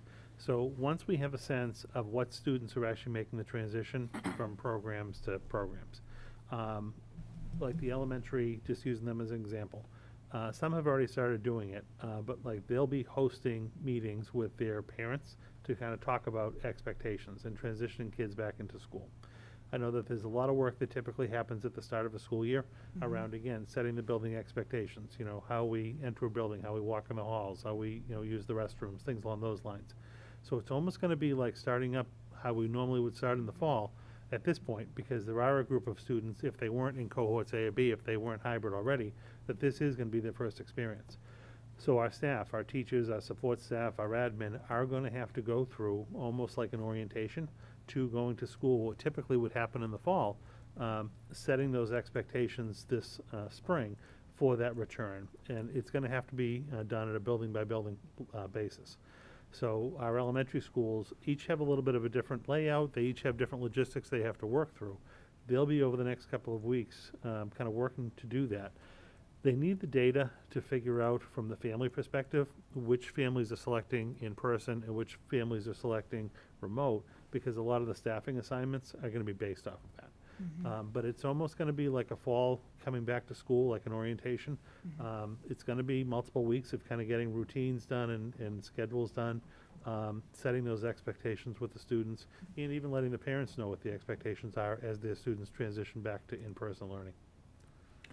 Okay, so you're envisioning administrators essentially reaching out to families in advance and doing that kind of orientation?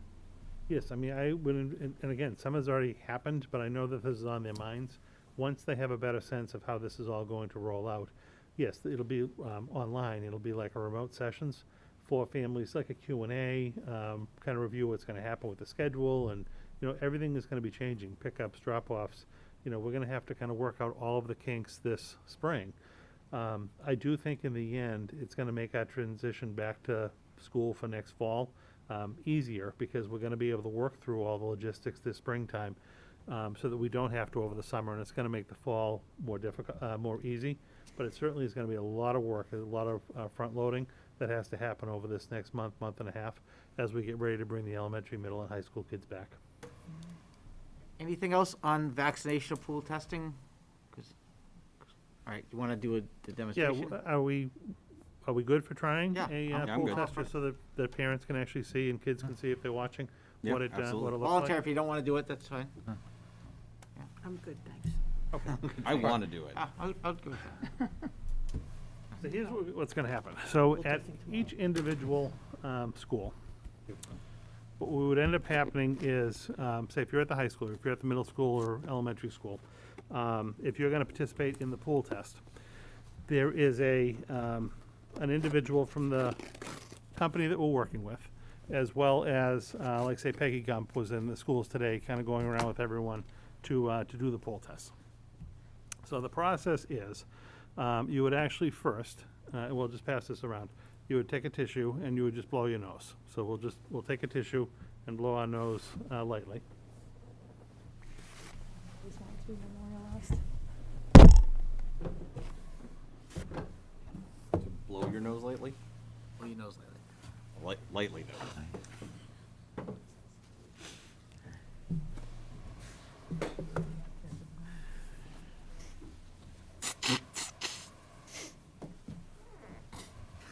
So I'm gonna pass the barrel around.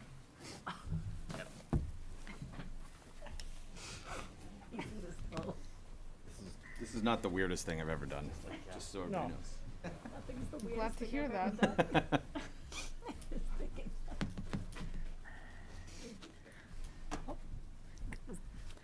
All right, so everyone's blowing the nose, and then we just do a little dab of hand sanitizer, because we don't have a sink to wash our hands. I'm gonna come around, and we just have like a Q-tip, so it's just like a little swab. I'm gonna. What'd you do? It comes out really fast. Shot all over my computer. just shot Do you need another cleaner? No, I'm good. So a couple things. So normally, again, a test person would be coming around or whatnot to do this with you. It's like a Q-tip. So you're just gonna take it, here's the thing, you're gonna take it out of the piece of paper by yourself. Don't touch the top of the Q-tip. We'll do it all at the same time. So you're literally just gonna put it on the inside of your nose, and you're gonna make 3 slow circles. 1 1,000, 2 1,000, 3 1,000, the other nostril as well. And then I'll come around again, and this is the pool, all right? So what ends up happening in the pool testing is all of the swabs from, say, the 6 or 7 or 8 of us go in this one test. This test has a SKU number on it, and then we have a form that has a barcode and a SKU number on it, and it will have the 6 or 8 of our names on it. Will all get scanned into the computer. So this will end up getting sent to the lab. We'll send it with tomorrow's batch, so we'll actually get the results back. But this would get sent to the lab, and then if everything in the pool, because it always gets run as one test, if it comes back negative, we know that we're all negative. If by chance the pool level would have come back positive, we know at least one of us likely is positive for COVID. So we would then have to do the second by-next test to figure out which individual is positive. Now, those by-next tests we have on site. So if you were to come back positive, so if this test was conducted Monday in the school, and Tuesday morning we had a positive, this happened, right? So we were able to call those, say, 5 people that were in the pool that we had identified with the number, down to the nurse's office, have the by-next test, and figure out who was the individual that was positive, and then follow our protocol. As teachers are vaccinated, can they still participate in the pool testing? Or do they have to wait so many days after the vaccine? No, I guess you can participate in the pool testing if you'd like to. I think some staff, what we're hearing is that if they already vaccinated, they may not, see the value in participating in the pool testing, but no, you can. You can, huh? You may. Yeah. All right, so I'm gonna come around, and why don't we do the swabbing all at the same time? Huh. Just take- 1, 2, just take 3. your, sticker. Don't touch it. Oh, very good. Oh, you hand us the sticker. Thank you. Yeah. Only It's almost like we need like medical. touch the cotton. So what the residents and parents don't know is that Dr. Jay Lang is actually doing all of the pool testing in all of the schools, single-handedly. I don't swab the noses myself. I'm not a real doctor. Oh, you played on You're not a medical doctor, you're a mind I doctor. went to school for that. many That's right. Donna, you sure? I have my pool testing tomorrow. Oh, That's right. It's practice. You want to double I've been up? practicing for a few weeks now. Linda, Definitely weird. I know. When did you ever think we'd be doing this? Who would have thought? All right, so we hold it up to our nose. You gotta take your mask off for a second. And then in one side, 3. Where's yours? Oh, I'm not doing it because I'm collecting the stuff. It's only one side? So, no, Both both sides. sides. 1 1,000, 2 1,000, 3 1,000. You're really just going inside the nose so that the cotton tip's going in. and then move to the other nostril, 1 1,000, 2 1,000, 3 1,000. All right? So then I'm going to come by, and it's the cotton tip down. All right, you have to put the cotton tip down. So you're just going to stick it in the tube. Jump in the pool. We got 1 in the pool. 2 in the pool. One in the water's 3. fine. 4, thank you. That was easy. Piece of cake.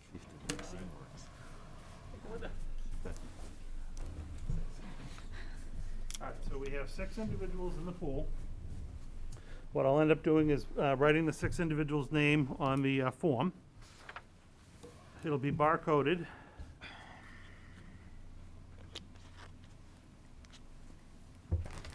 The pool goes in the bag and sealed. And then this will go off to the lab in the morning with the manifestation showing, who is in the pool. And then the test will be run. And hopefully, no news is good news. So if you have if everyone is negative, you don't receive word. What we have is a little dashboard on the computer that'll just show so many pools have been run, and then like so many pools are negative. And it will also be able to show you like how many pools were positive, and then within the pool itself, like how many individuals. So that's the extent of it. And I really do think, once the students in the schools see this, it's not onerous at all. It's very quick to be done. So we're hoping to get more and more people who will participate and do this going forward. So again, hopefully no news is good news tomorrow, but we'll send that into the lab and run it. We are going to continue pushing out our communications on a weekly basis so that people can sign up if they would like to. We may even add some little videos of some of our students participating in the program, just so that they can actually see their, friends or, colleagues participating. And we're going to try to get our numbers up. So that is the pool testing. I honestly think in the end it's good news. It was just a lot of work to get going. And if we continue to see negatives, which we're hoping to receive, I do think that's going to make people feel comfortable as we're rolling back to school in person. Yeah. All right. So any questions about the pool testing itself, or? I just want to comment that it was really, it doesn't feel like anything. It's nothing. Yeah, the closest thing I can explain is it's like a Q-tip. Yeah, And you're really just putting it on the inside of your nostril and swirling a couple of times. It's not like the real COVID test that goes very, deep. It's not painful at all. Our kids actually in the upper elementary, middle school, and high school do it to themselves. So they would actually just come before an observer, and they would just do the swab, put it in the test tube, and it goes off. The testers themselves will help the younger students, the K1s, and even some of the 2s if they're uncomfortable to do that. But it is very straightforward. Again, I think by the end of this week, we'll have over 1,000 tests, and I think it's going to give us a good data point to look at going forward. Now, is this happening, during class time? How are you doing it? We still have to work out some of the logistics. So at the high school, it was happening before school. So the students will, just come into school early, or on their way into school, they'll go to like a common place and have the test done. At the middle school, it takes too long to go room to room, so they're going to come up with common areas to do the testing. At the elementary school, I know the first day yesterday, they went room to room, and that's what they're going to do for the time being. But it was timely. It took a lot of time to do that. So I don't know, depending on the numbers going forward, I think for the time being, they're going to keep that. But it could come a point in time where it's easier to just send the students all to one location who are going to be participating. That's kind of a to be determined. I'm not 100% sure if that's going to continue or not at the elementary level. Okay. Right, any other questions on pool testing?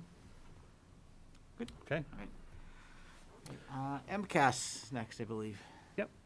Dr. Hirsch, could you just kind of review the latest, what we're hearing from the state on MCAS for us? Yeah, so we had received word about maybe like 3 or 4 weeks ago that they were going to extend out the dates for when we were going to administer MCAS typically in a non-COVID year, a regular year. You would start your high school testing in March, and then you would move on to your middle school testing. That would go anywhere between April and May. They open up windows for them to set up the testing for the students, and then finishing out the year in early June with the science MCAS. And this is again for our grades 3 through 8 students in ELA and math, as well as our high school students in ELA, math, and science. And our 5th and 8th graders take the science test as well. So we had received word that they had pushed out the testing windows for us for at the high school level and at the middle school level, which kind of puts us in a little bit of a tricky situation, because we're really bumping up towards the end of the school year as well. And one of the things you probably are noticing too is that our grades 6, 7, and 8 dates have not been released. And we need to really figure that out, because our middle schools obviously are 5 through 8. We, as a middle school, like to test them obviously all together. And everybody's kind of questioning at this point of like, well, what are those dates going to be as we start to get closer and closer to the testing dates?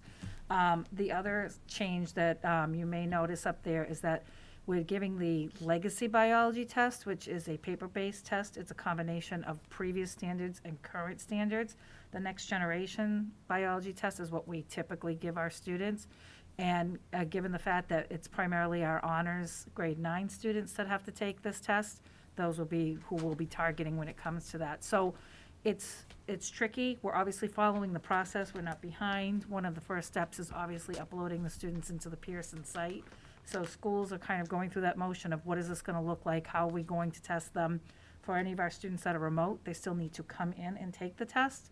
So setting up appointments to let the students know this will be your date, please come and take your test. So we will still follow through the motions. I know there's a lot of talk out there of should it happen, should it not happen. It's not just a decision that can be made at the Massachusetts level, it's a federal level decision. So I know there's a lot of legislature out there, a lot of people, a call for, can we just have one more year? So in the interim though, we can't not be prepared. And as we go through this, we are just preparing for when our students are going to take this test. But again, it gets a little tricky, especially without those grades 6, 7, and 8 dates. Okay, Donna? What's our last day of school? Our current last day of school, all going well, for all of the district except for the Byam Elementary School is June 16th. And the last day for Byam is June 17th. So we're really bumping up. It is, the date, I mean, we will obviously schedule in the earlier end because we Right. do makeups, but again, that's barring any issues. So there's been I know letters from the Mass Association of Superintendents, the Mass Association of School Committees, asking for a moratorium. And I know that individual districts have either sent resolutions or something. I think we, as part of our job as school committee members, I think if we're in agreement, I should say, we need to send a letter to our representatives saying, you need to consider putting this on hold for this year. Do we, any of our reps behind any of the, that we know Spoke of? to one the other night, and yeah, I think they're behind it. To your point, it's a federal issue. Right. And so, but I think that we do need to make them aware that they need to be working, with our federal representatives to make, them, aware of what we're up against here. I mean, it was June 11th is the last day. The last day of school is June 16th. It was a push to get kids into school because, we wanted to be able to assess where they're at. Well, we're not going to get the results from these assessments until well into the fall. Right. So it's not going to help us at the beginning of the year. And then, there's this whole social emotional piece, getting kids back, finding out where they're at, giving them the opportunity to do some of this reconnecting and social emotional learning to position us for, opening in September, and just to be able to check in with kids who may have been struggling all along. Why are we going to waste our time doing MCAS? I just think I think it's if we agree as a committee, I think that we have a responsibility to make, our legislation know that this is not okay. Where does thing, I don't know, I just heard like things about this recently. It's like, where is it in a national level? Where are people standing? Does it seem like they're trying to trend towards eliminating testing this year, or they're not training? Are they saying, no, we're not gonna eliminate? Anybody even know? At the national level, I don't. At the state level, I think people have been Right, pretty I think so outspoken. too, but again, if the national level says you have to test, then the state's gonna say, we gotta test, right?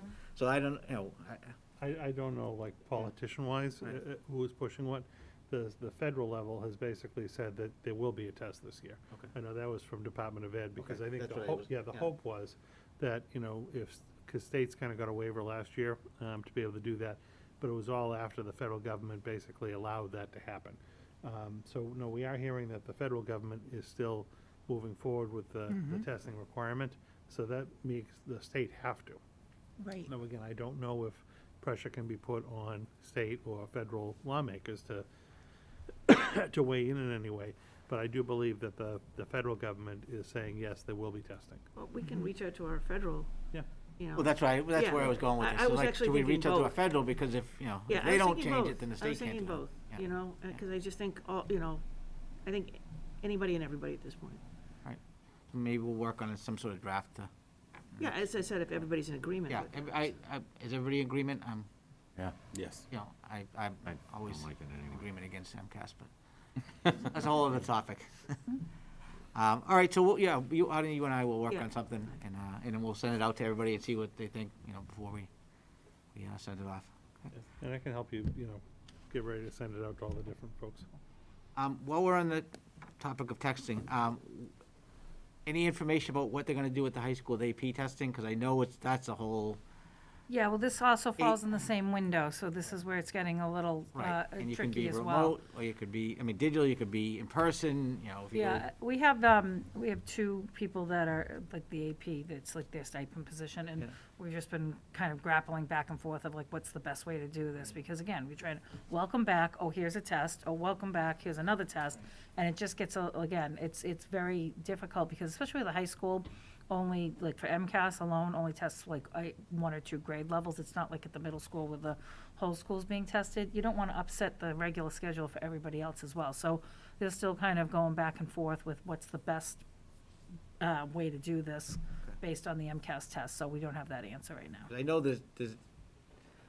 they're making it hard to take the digital exam, let's put it that Yes. way. So Very they're hard. almost pushing you to take the paper exam, Yep. which then, the scheduling thing, and, Right, and it takes away time, it takes away from time. exactly. And So, if our goal is to bring them back and get them used to being back in school, Right. you're, Now, do they have to take the AP test if they take the AP class? it's recommended, but it's not required. Yeah, I happen to have 2 juniors who are taking quite a few of these tests. And my understanding is that it's very difficult to do it virtually because you can't really review what you've already answered. You can't go back. And, these are not inexpensive things to take. There's a process here, and it's also difficult on students because they've really been working, a lot of these AP students have really been working very hard under very difficult circumstances this year, and not being able to really know that they can do the best process possible is extremely hard on the kids, I think, on these students. The teachers too, they have to teach them.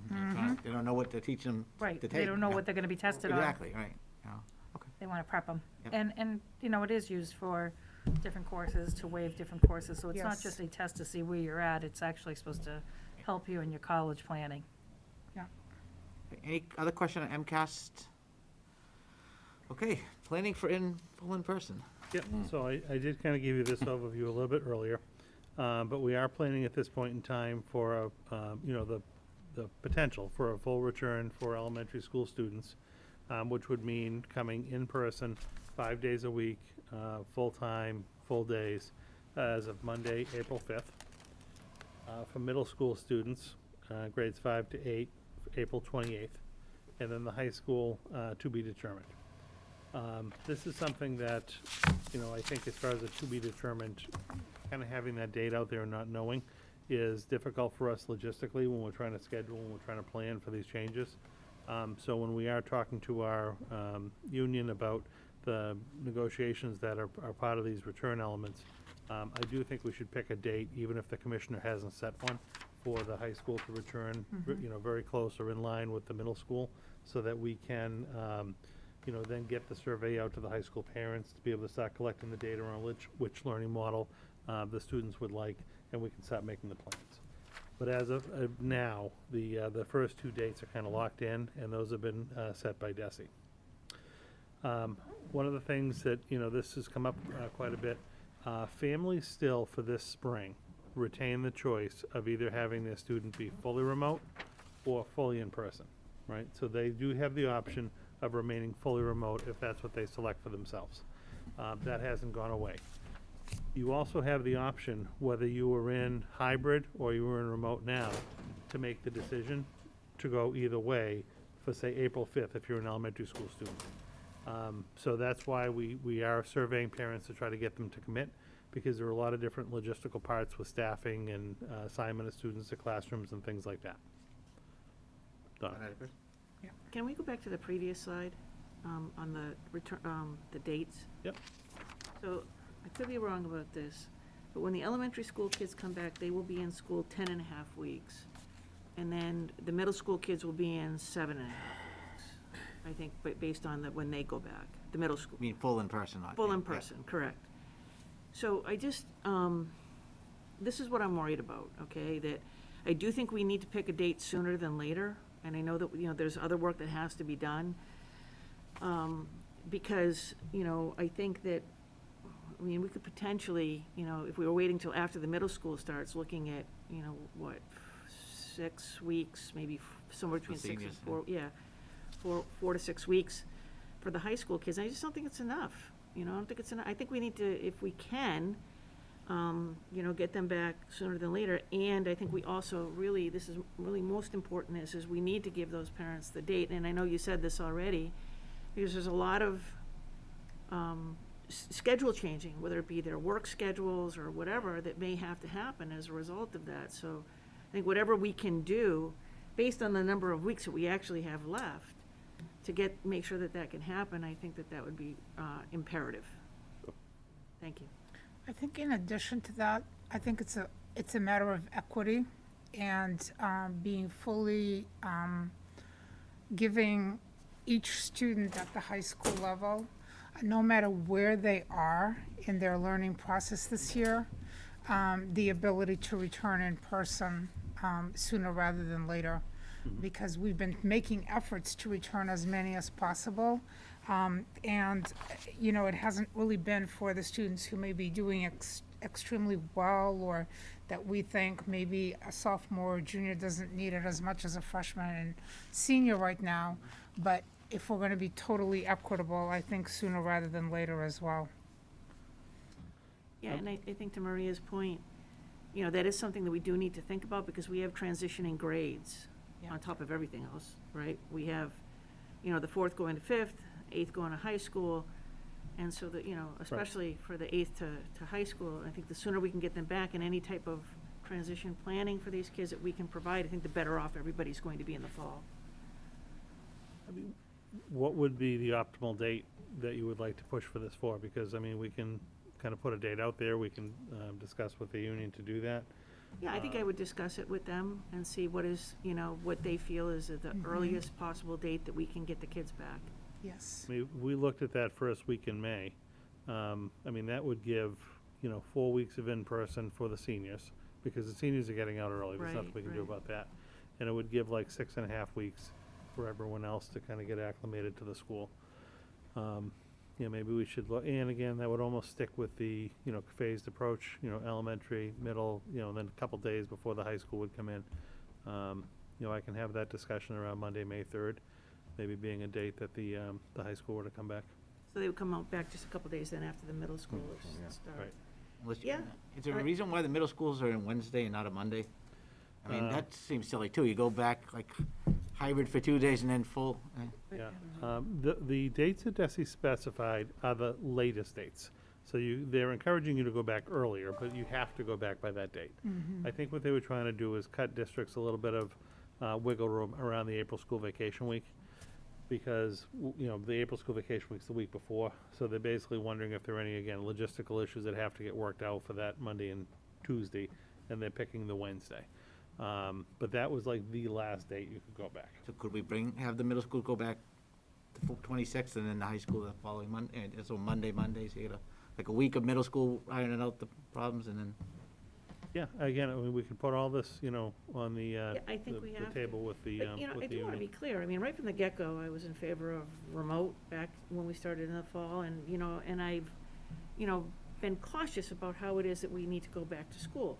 Now we're being told that we have to go back, so if that's the case, then I think we need to take full advantage of that. I mean, I'm still worried about some of these other things, there's no doubt about that, like I said, these mitigation efforts, we're not at 100% on any of them, I'm not ever sure we will be. But, it seems like an awful lot to put on parents, staff, and kids to make this big transition for 4 weeks. I mean, I guess maybe something is better than nothing, but, I mean, there's a lot of work that's gonna have to go into this, so. Right. If people would be willing to have them come back sooner so we can maximize the amount of time and maybe give us a little bit of a cushion in the fall, maybe that would be best. This is something we'll have to work with the Yeah. teachers with, Yep. Okay. All right, anything else on dates? The dates are the dates. These are the dates, yeah. Yeah, those are the furthest out dates, Yep. And the choice is still there, so, we did send that communication to families.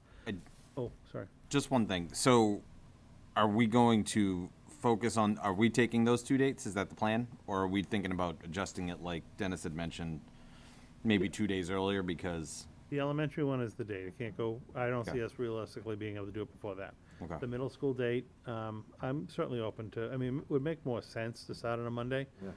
We would just need to go and have that discussion with the union and impact bargain that. Okay. So we can have that discussion. I don't think that would be a significant change if people knew about it early enough. That's what, For scheduling and things like that, because they'd be going back full-time Wednesday anyway.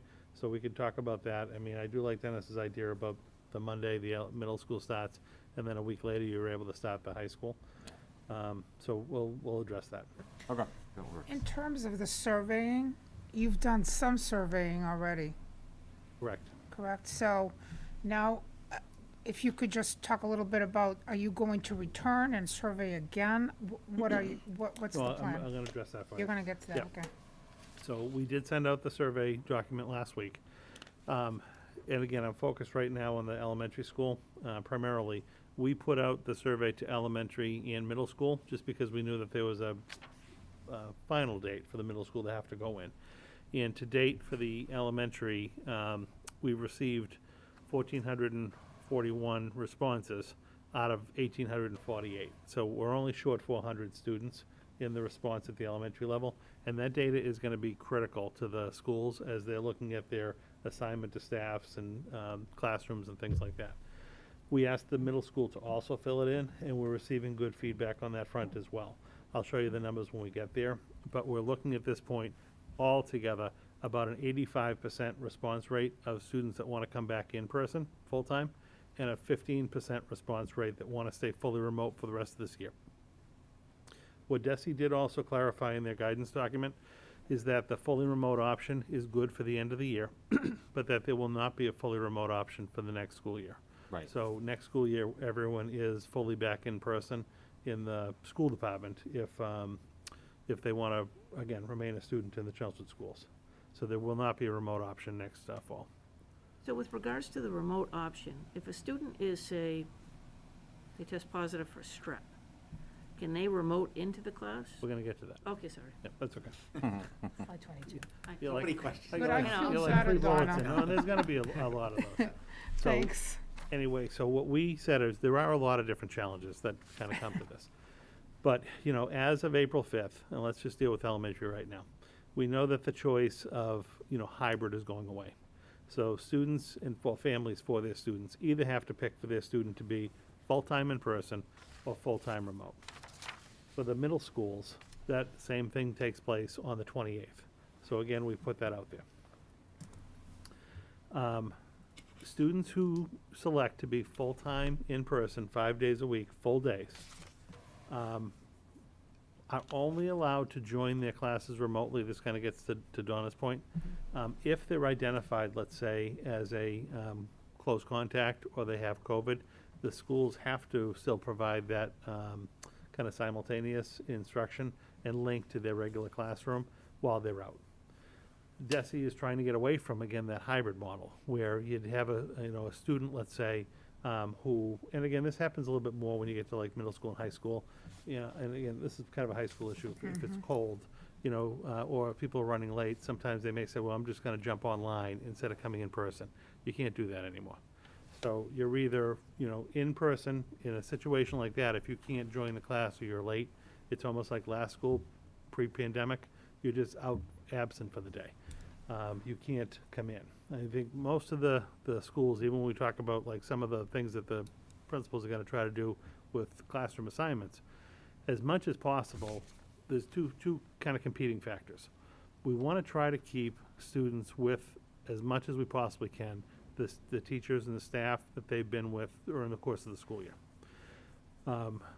At the same time, we're also looking to try to have as many kind of whole in-person classes and whole remote classes as we possibly can, and trying to get away from those classes where you have some kids in person and some kids remote. So that, for the 6.5 or 8 weeks, if you're a teacher in a class, at the elementary level with 20 kids, you'd rather have those 20 kids in front of you and really able to do some activities and not have to do the dual planning to have the remote kids at the same time. I just don't know how the numbers are going to shake out, but those are two of the factors that I know people have a lot of questions about. They're going to have to be kind of determined at the building level, working with the building admin, and the staff are going to have to weigh in some of these situations. And again, try to keep as much as we possibly can people with their same teachers as before, but at the same time trying to keep in-person students in classes separate from students that are fully remote. So that is going to be the change. So if a student has to is quarantining, say that they tested positive or a close contact with someone outside of school, would they go to a remote classroom, or would they go? No. So let's say it was an in-person class. Okay. And there were 20 students in person. Okay. And one of the students now happens to come up positive. Mm-hmm. And because we're 3-foot distancing and not 6-foot distancing, the students that are around that student are all within the 6-foot radius likely, so that they would be close contacts as well.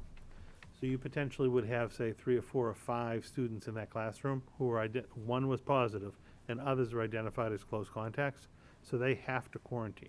Right. So that teacher in that classroom would switch to being, say, 15 kids in person and 5 kids remote, like is happening now, because they're not going to switch teachers or classes. So they're going to just live stream into that classroom and participate during the period of the quarantine. And this also applies to the teacher. If the teacher is deemed to be a close contact, they will remote in and teach? Yes, the same thing would follow with the teacher. It is in some cases a little bit different sometimes with the teacher, because depending on the grade level, it's difficult to have the staff, say at the elementary level, the staff be remote and the class be in person. There have been situations where that's happened this year, and we've actually said, we're just going to move the class to be remote because the teacher's remote anyway. It doesn't make sense to have the little kids come in and then the teacher be on a TV screen all day. So that's something we're still going to have to kind of do on a one-off basis. It's a little different at the middle school and the high school level because the students are seeing multiple teachers during the day. So one teacher might happen to be home sick, and if they can still work, they would be remoting into the class, and say the other 4 classes at the high school that the students were going to might have a live teacher. So it is a little bit different level to level, and there's just a lot of different, kind of logistical issues that come up, and a lot of it is case by case. So I do think we're going to have to make sure that we're doing what we need to do for the teachers, because right now, it's consistent, right? In terms of your hybrid and remote students. But potentially you could be 20 kids in, the next week you could be 15 with 5 remote, shortly after that back up to 20, and then another 5 gone. I mean, I can see this as being very stressful and very disruptive. That's kind of how it is now, though, too. Okay. Every week's different for me. I might have 15 and 10, and the next week I'll have 12 and 8, you know, it varies. Even like, say, at the elementary, middle school level now, again, we've been very fortunate, we haven't had a lot of outbreaks, but you have a situation where, under the cohort model, you only have like half of the students in person, and the other half of the class is participating online. So it would almost be having to just kind of maintain that ability to do that if you had a COVID positive, either student or a close contact. And to your point, though, too, is the teachers need to stay informed about who's out because of COVID and who's just trying to sneak into class, you know, because that's gonna happen, you know, you're gonna open up your class and you got 5 kids that are trying to remote in, you gotta know which ones are just trying to play the game and come in, because that, you know, I know for certain on Fridays, there's an extra 3 kids out remote that usually aren't remote, and I know it's just because they probably got up and said, Mom, I wanna stay home, you know? So that's, you know, I'm sure they're gonna have to supply a doctor's note and all that, but then the teachers have to know, you know, Johnny Jones and Mary, you know, whoever are gonna be remote because. No, and I understand that, but I think there's still a certain rhythm that you've kind of achieved, Yeah. you know, having done this, and I think we're about to turn that on its head. And I think we have to be aware of that and figure out how it is we can best support the teachers and administration in the buildings as we kind of make this shift. And, you know, now we're saying, okay, you know, some weeks you may have them all in front of you, and the next week you may have, you know, a couple out because they've tested positive or were close contact. And, Right. you know, this. Hopefully our numbers stay low and. That's what, yeah, absolutely. It isn't an issue. So But, you know, I think it's something, like I said, I'd like us to be aware of and do what we need to do. you had something? So, right now, if one of my children is not feeling well and I write into the, you know, the dean and the secretary and say she's not feeling well, she's going to remote in today. This appears to be saying essentially they've got to either have a positive COVID test or, so what's the process? In order to be remoting in, Yep. what do you need to have as proof in order to be able to remote in? The school. Well, go ahead. No, but wouldn't the school contact Yeah, the well, teachers? there's 2 different ways, and this is some of the stuff that logistically we're still trying to work through. So if there's a situation where, if, say, during one of our pool tests, if we identify someone who is positive, and, you know, Peggy and our nursing staff actually identify them as the positive individual or the close contact, and they put them out, it's very cut and dry, and the teacher can know that. So that's a situation where they could remote in. What we're trying to kind of deal with is the situation where if a person was a close contact from a non-school related event, so if you had a family member who was positive and the student has to quarantine because of that, what are we going to use for, you know, kind of proof or evidence, or how are we even going to deal with that? And so that is something that we're still working through. We're going to have to figure that out and be very clear about what is going to count or what isn't going to count. I don't have an answer for you right now. Okay. But I know that's an issue we're trying to, because it goes both ways, right? It'd be very easy to just say, unless it's a school-based case that we identify and put you out, you can't remote in. But I also don't want to encourage people who aren't, who are a close contact from a non-school event, to not be able to come in and basically come in, even if they're not supposed to be there, to potentially expose the class to, you know, a COVID case or a close contact. So it goes both ways, and we have just recently started talking about that. Yeah. The definitive from DESE is they don't want students to just be able to, they want to go back pre-pandemic. So like if you're just, you know, if you have a cold, or if you, you know, it's cold and you just don't want to come to school that day, those situations you can't just log in remotely to your class. We have to just figure out and be very clear for people about how we deal with the COVID cases. Because that's the one exemption DESE is kind of allowing, is for people to be able to remote in for that. In this, we have April vacation. Yep. And some families which may be traveling. Yep. So we would want them to quarantine, right, if they were, when they come back? Yeah, it just depends what the travel guidelines are gonna be like at the time. But yeah, they'd have to follow the travel guidelines. But, I mean, travel also, I'm sorry, like travel, just generic travel is still being discouraged. And like having to quarantine for travel is different than having to quarantine for COVID. Like a case. I don't know how the state will deal with that. But that, you know, and I do think like an FAQ type document, hopefully it's gonna come from the state and clarify some of this for us. And we'll convert it into our own kind of Chelmsfordized document. So again, we're going through that process, you know, kind of picking both learning models. In the end, we may have some situations where student-teacher assignments have to change. Again, we're going to try to keep that to the absolute minimum. The schools are going to do an inordinate amount of work to try to keep teachers with kids as much as they possibly can, and also be looking into having, you know, full remote classes, full hybrid, full in-person classes whenever they can.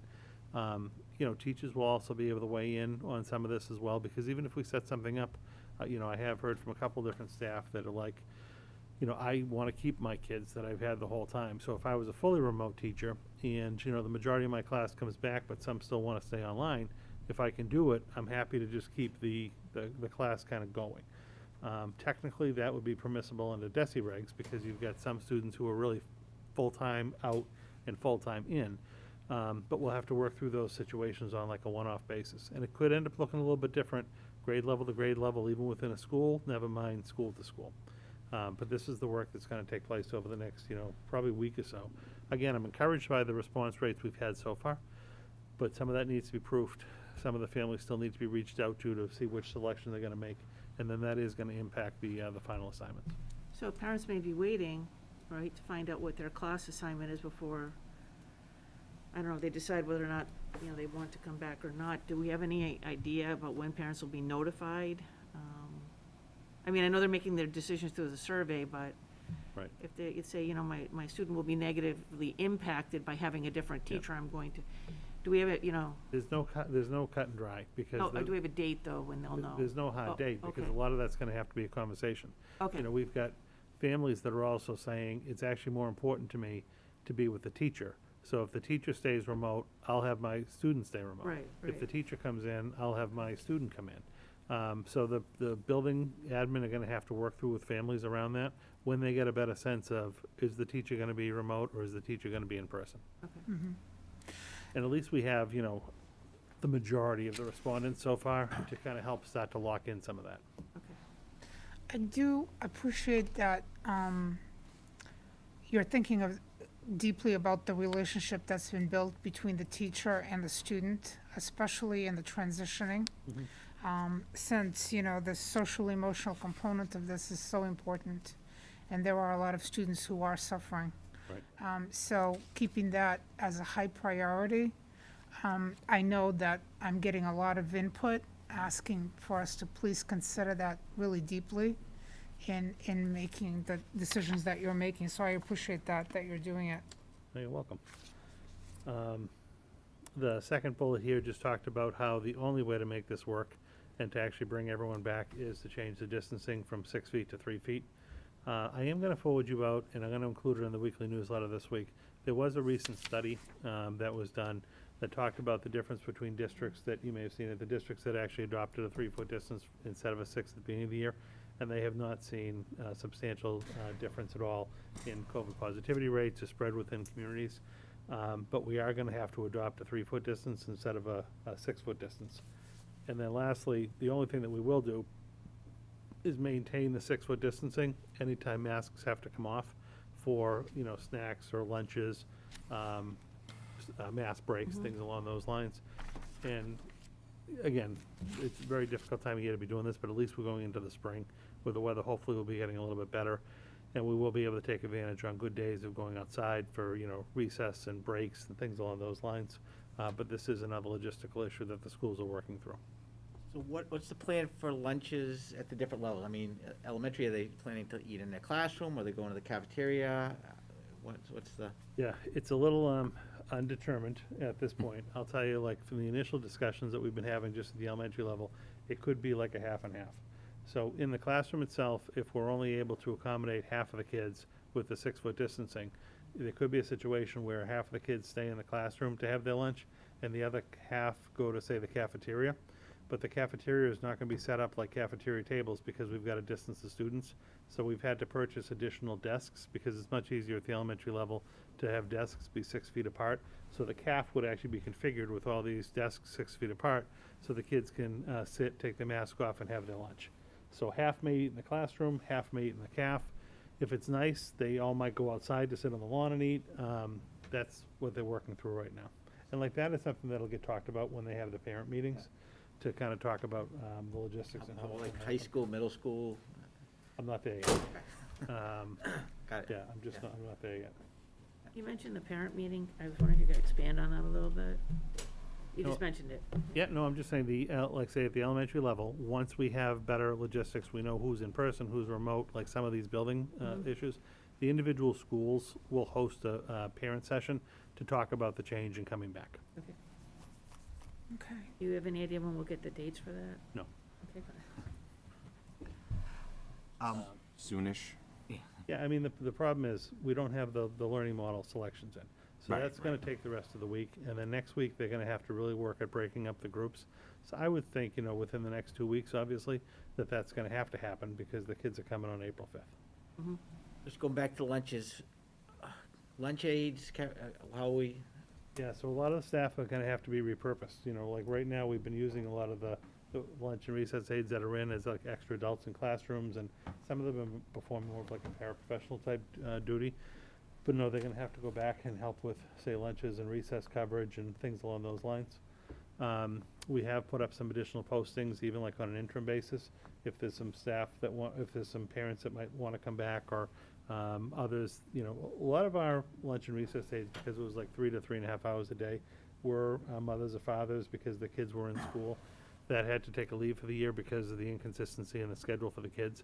But if the kids are coming back to school 5 days a week now, I'm hoping some of them might like to come back. So we have active and open postings for that, to try to add some bodies to the schools to help out with some of these transitions. As we look at the distancing, and we have to repurpose some of the areas that we've, used in the past, is this gonna change anything for, say, our specialists, we'll be using the gym, as classroom space, or art rooms or music rooms? Is it, what will happen to these specialists? Yeah, everything is in the works right now, Okay. being configured. It is highly likely that the specialists will end up rotating. Like, we need the bigger rooms, and a lot of times the specialists have bigger classrooms. So those rooms may be repurposed for classrooms, and the specialists may be working on like a cart and actually going to the individual classrooms to do the art and the music and the phys ed, things along those lines. Again, even like the gyms have been repurposed at this point. A lot of them are being used for like extra classroom furniture and storage. We're having to kind of clean that out and reorganize them so that they can have a piece for like a gym class. The CAFs, again, same. We're having to kind of open up so that we can try to get half seating in there for the different classrooms. Okay. But it is highly likely specialists will be on carts for the springtime at least. Have we given any thought to, we probably have, to preparation of these physical spaces and so on, transitioning just from one day to the next? Here suddenly we've got all these different arrangements of desks and so on. So are we giving staff more time? How is that gonna happen? Yeah, well, the schools are looking at their schedules right now, because they're gonna have to go back to a more traditional school year schedule. Because right now, we've been front-loading the day with all the academic time in the morning and all the special time in the afternoon. But to make the lunches and recesses and teachers' prep times and breaks and everything work, we have to go back to a more traditional schedule. So they're gonna have to, particularly if the specialists are traveling instead of the students are traveling, they're gonna have to build a little bit extra time into the schedule for the specialists to be able to, get to their different rooms. So that'll be a discussion that comes up with the schedules at the different levels. Okay, and also physically, just transitioning in. So for instance, on the 5th of April, Yep. which is a Monday, on Friday, I finished teaching my class and so on. On Monday, I now have double the number of students in my class. Right. So between Friday and Monday, is something happening over the weekend where desks are gonna be put in and so on? What's the plan physically? We're working on it. A lot of this stuff is gonna happen, we can't wait till that weekend. So a lot of the stuff is gonna happen, over the next couple of weeks. The rooms will be set up the way they were. Like, even if you go into some of our buildings now, you might see like a desk next to each other. There's a desk that's being used and a desk that's not being used. They may have to start to lay out the rooms, because we're not gonna be able to do everything in 2 days. So lay out the rooms, and they have some desks that are just gonna have like an X on them, so that they're not used right now because they're only 3 feet, and then other desks will be the desks that they use. So we're gonna have to start configuring the spaces now. We can't wait for that weekend. But, again, some will be used, some won't. Oh, yeah, that's what we did in my classroom. They brought all the desks back, and then we just marked off ones with tape, saying you can't sit there. I heard you had extra too. And multiplied, it was it was crazy, I've never seen anything like it. Extra desks? Oh, it was, yeah. But it works out, it's okay, it's fine, and I think it gave us a chance, actually, it wasn't a bad thing, because it kind of gave us a chance to kind of get used to the setup and stuff like that, so. But I agree, yeah, because you can't wait. Yeah. No, it would be too much to do on a weekend. So, more to come on that. I mean, there's just a lot of moving parts, and again, we're only a week out from the decision that this has to happen. So everything is, kind of transitioning into high gear now. We're basically, just to recap, we're basically skipping a previously planned phase on our part. We're going from phase 1, right, which was just the adding the Wednesdays on the 24th.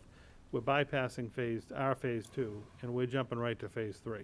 So we weren't envisioning this happening in early April. It was going to be happening after the break. So everything is just happening on a much accelerated time schedule now. Again, to just show you, this was as of yesterday, but as I told you, there's actually many more students that have already signed up since yesterday. We're running about 85-15 on our percent of students that want to be coming back full in person, as opposed to the students that want to be fully remote. And we're still working that through. So more to come on that piece of it. A couple of other updates that just kind of came out after my letter. I received a handful of emails on a couple of different topics that I just hadn't addressed, so I sent out a separate communication on this the other day. It was in the weekly newsletter. But we are still going to move forward with the Wednesdays, the half-days going back in person, starting on the 24th. And I just kind of laid out that first week, it'll be A, B, B. And the second week, I didn't realize this at the time, but it's Good Friday. So it's actually going to be A, B, B, and then we're off for Good Friday. So B is actually not picking up an extra day that second week. And then at the elementary level, that's when they're kicking in full-time right after that. So. I just tossed this out. Do we even have to do this Wednesday thing? Yeah, I do here's what I do think. I do think it's still important because, again, at the middle school and the high school level, they're not jumping right to in-person. So you're going to be adding additional in-person time. One of the things that I am talking with the elementary folks about is possibly using some of that afternoon as like planning and kind of prep time for these changes. And it would be very helpful to have the staff in the building to be able to meet and to talk about this. So I may send out a totally separate announcement just about elementary and how we may deal with those first. Well, it's really just two. That's what I'm worried about, really, to tell you the truth, elementary at this point, because it's coming up fast. Yep. And I want to make sure that they have enough time to be able to plan and do what they need to do. Yep. I also worry about the little kids having to make these 2 transitions, Yeah, So- for the only thing is like this, the easiest thing for us to have pulled off was the half-day Wednesday because the schedule isn't changing. The kids are already used to the half-day. It's just like one more in-person day. Right. But I think, there may be some need to utilize that afternoon after the students leave on those 2 Wednesdays at the elementary level, a little bit different for, again, the planning and the logistics. So we'll finalize that this week and I'll announce something in the newsletter on Friday. But the other levels and everything too, I think it's important to know, we're going back until we, get back to the more full-time in person. Right, and I understand that, but I want to be mindful, like I said, of the amount of transitions we're asking the kids to make, and also the amount of changes we may be asking parents to make in work schedules and whatnot, So, I think that we just have to be very mindful of that. It's just, happening so quickly. Right. And parents, especially for the younger kids, have to make a different kind of adjustment, I think, in some ways than a high school parents, because you need childcare for the younger kids. Right. And, the high school kids can be more independent. So, Right. I think whatever we can do to ease the burden around the amount of transitions that we're asking, and also, giving the teachers the planning time, I think the better off we're gonna be. The other thing in terms of planning time and planning to return for parents and for students is that not every student just willingly and happily comes into a school. Even at the beginning of the year, many are very anxious and so on. especially at the middle school and at the high school level. Do we have an extra guidance type of possibility of maybe meeting with a student in advance of coming in if they need that extra help to transition back in? Anything like that that we could help parents and students with doing something of that sort? Yeah, there's been some discussion, and again, I'll defer to the principals on this, but when they do their kind of meetings with the parents, there's been some talk about, particularly the kids that were fully remote, that this is gonna be their first time coming back. You know how during the summer they have those, the days where they can kind of come in and get a little tour of the facility? They may do something like that, particularly targeted towards the kids that were fully remote that haven't been in. I don't think there's as much of a concern with the kids that have been coming in person a little bit, but even to just, because the buildings do look a little bit different, they have different traffic patterns and, signage and things like that in them. So the principals have, flagged that, and they are talking about that. Okay. Oh, go ahead. I was gonna say, are we good for materials and everything else, bringing new kids in and, Yeah, materials we're fine. desks, I because- know. Yeah, we had to order a lot of desks, particularly again for the elementary level, because even our classrooms use tables quite a bit for K1 and 2. So we ordered about 1,200 desks. That'll be in the last week in March. We also ordered, for the elementary and the middle schools, some outdoor tents, just to be able to have some tented outdoor space for breaks and lunches and things along those lines. Because people are gonna be working closer with students, we've ordered some additional plexiglass, barriers and things like that, because we're gonna be getting back to doing, some direct sped services and L services and reading services and things like that. So more in-person type delivery of services. So Brian, our facilities director, has ordered some additional plexiglass for each of the buildings. So, there's a lot of logistical issues. Material-wise, like classroom material-wise, we're okay, because the students, whether they were remote or in person, were using the same materials. And will all these desks and things get covered by COVID funds, or was it gonna come out of the general budget, Yeah, or? I mean, we're gonna have money within the local budget to be able to make the purchase, but the COVID ESSER funds also will cover it. I think we touched on this in the last meeting, and then the fogging and whatnot will be done after school, correct? By Yeah, the cleaning the contractor is just cleaning gonna shift. contractors, okay. Yeah, Right, all right. transportation? Yeah, transportation, just a couple more slides for you. So I know transportation is a big issue. We have been able to basically do a first pass look at the buses. Combine the students who are in cohort A and B on the buses. If you recall, we previously, this fall, started opening up kind of phases where we were adding students to the buses. We're at the point where any student who lives more than a mile from the school qualifies for free busing for the year. We're not recommending any fees or anything like that for the last 6 or 8 weeks. We're just gonna work within the capacity we have. At this point in time, obviously, people who are remote, who are gonna start coming in, are asking about busing. And what we're indicating is, as long as you live more than a mile from the school, go ahead and register, and we're very closely watching and monitoring the buses and the routes. I don't see significant time changes or stop changes, because most of the routes are already compiled, they're full, and they're pretty standard routes we run each year. I do not know at this point if we're gonna have capacity to go below a mile.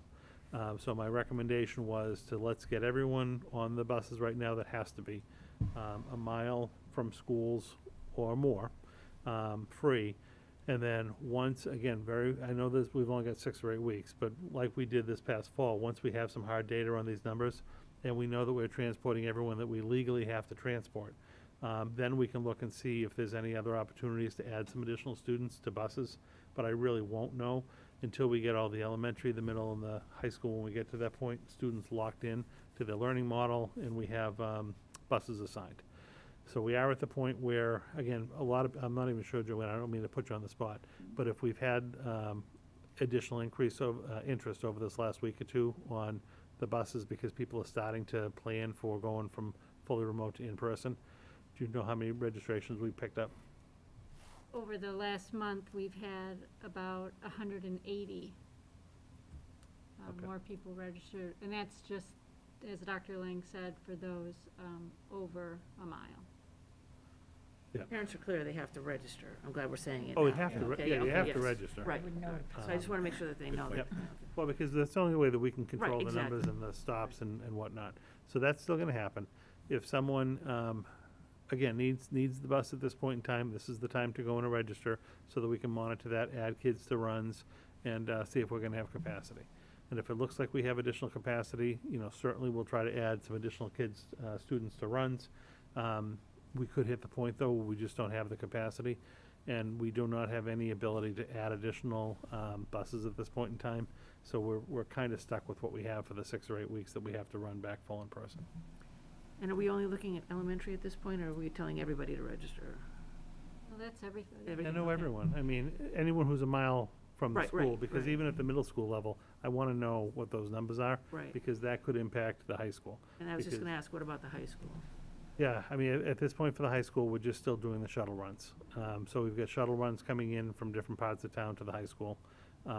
Once we can figure out, because the middle school butts up against the high school, once we can figure out the routes for the middle school students and see what kind of wiggle room we have, we potentially could add some additional shuttle stops for the high school. I do not see us getting back to this year having like the traditional high school bus runs, but if we're able to add some additional stops, pick up some additional students, we're gonna certainly try to do that. But that is all just infringing on the middle school enrollments, because we're legally obligated to provide the transportation to those students who live more than 2 miles, who are in K to 6. On the high school, the input I usually get is that even if you can add neighborhood stops instead of, if you can add a couple more in, then you will make it more accessible for a lot more students to be able to return. Right.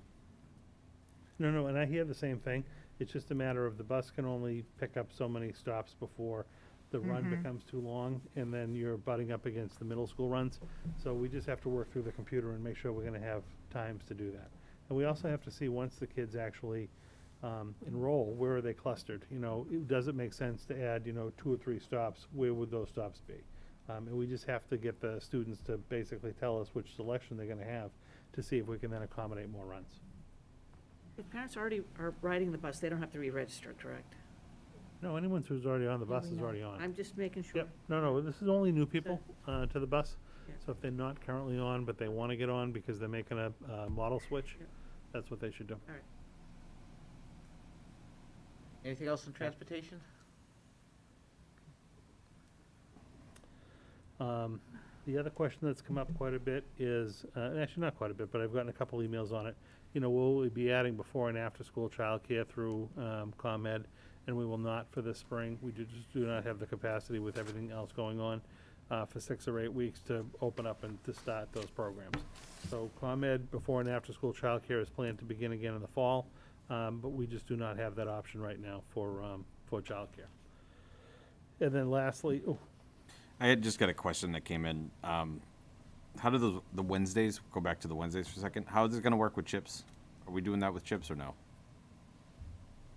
Is there any effect on CHIPS with the adding the extra, like how? You're already there. It's for 4 days, aren't they? Already They there go in 4 days? I don't know that we're adding CHIP Wednesdays. I don't believe we are, because they configured their whole schedule differently this year. And on Wednesdays, they're having all of their like IEP meetings and things like that. You know what, I will put something in the newsletter Friday Yeah. about it. I don't believe, because we were doing K-12, and I don't believe CHIPS is impacted. Yeah, I think the comment there would be just, let's not forget about the CHIPS parents. No, I'll make sure I get something in the newsletter this week. Okay. There's another question about Wednesdays before April 5th. Are they early release days? Is the dismissal at 11:45? No, it's a regular Monday, Tuesday, Thursday, Friday. It's a regular, It's a regular half day. in-person day, yeah. It's a regular day, okay. And I had, somebody gave in, it's not about transportation, but it's about another thing we discussed this and that you're thinking through Yep. on how to implement it. And the thing is to consider privacy of students when determining who can be remote.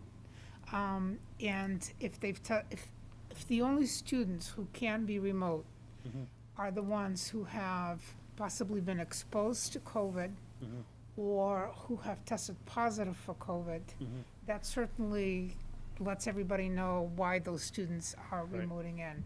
Right. So just to think that through and when coming up with a policy. Okay. And that is kind of tied to the DESI regs too? Yes. So let me see what they're saying on that Yes. part. Yep. Okay.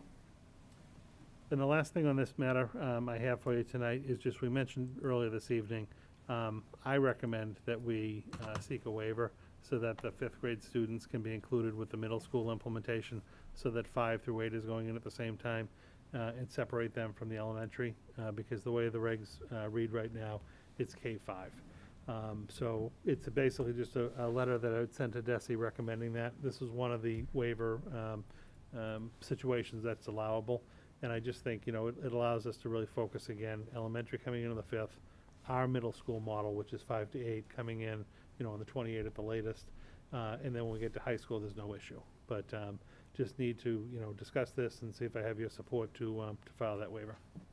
Everybody on board with that? I mean, it kind of makes sense. No, it Yeah, makes sense. absolutely. So we'll take a motion to, Do we need to vote on this? yes. Just a motion to support the filing of the waiver.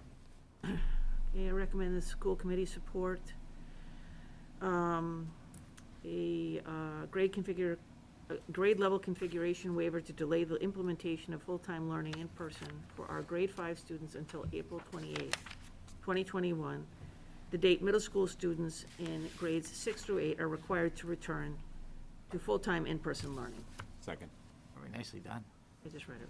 All right, so we have a motion, a second. All in favor? Aye. 5-0. All right, thank you. So more to come. We're gonna, the communications are gonna be probably a little lengthy, like the ones I've been sending lately. But we'll get this in play. So a lot of work to be done. Everyone's working very hard. I appreciate the cooperation, and we'll move forward. All right, a lot of moving parts. Yep. Okay, next up, report on standards-based report cards. Yep. Come off of I'm this. gonna come off, yep. And Linda's gonna review this with you. Am I off? Yep, Okay. you're off, I'm in. Okay, oh, wow, it did come up. Oh, I didn't even know I had little graphics going on in there. So, yeah, I just wanted to go over a little bit of the timeline. I know that Donna, you had asked for a timeline and where we were after one of the department meeting presentations, and that timeline has changed a little bit. I wrote you a little bit of a two-page, a little lengthy memo about some of the changes that have been happening.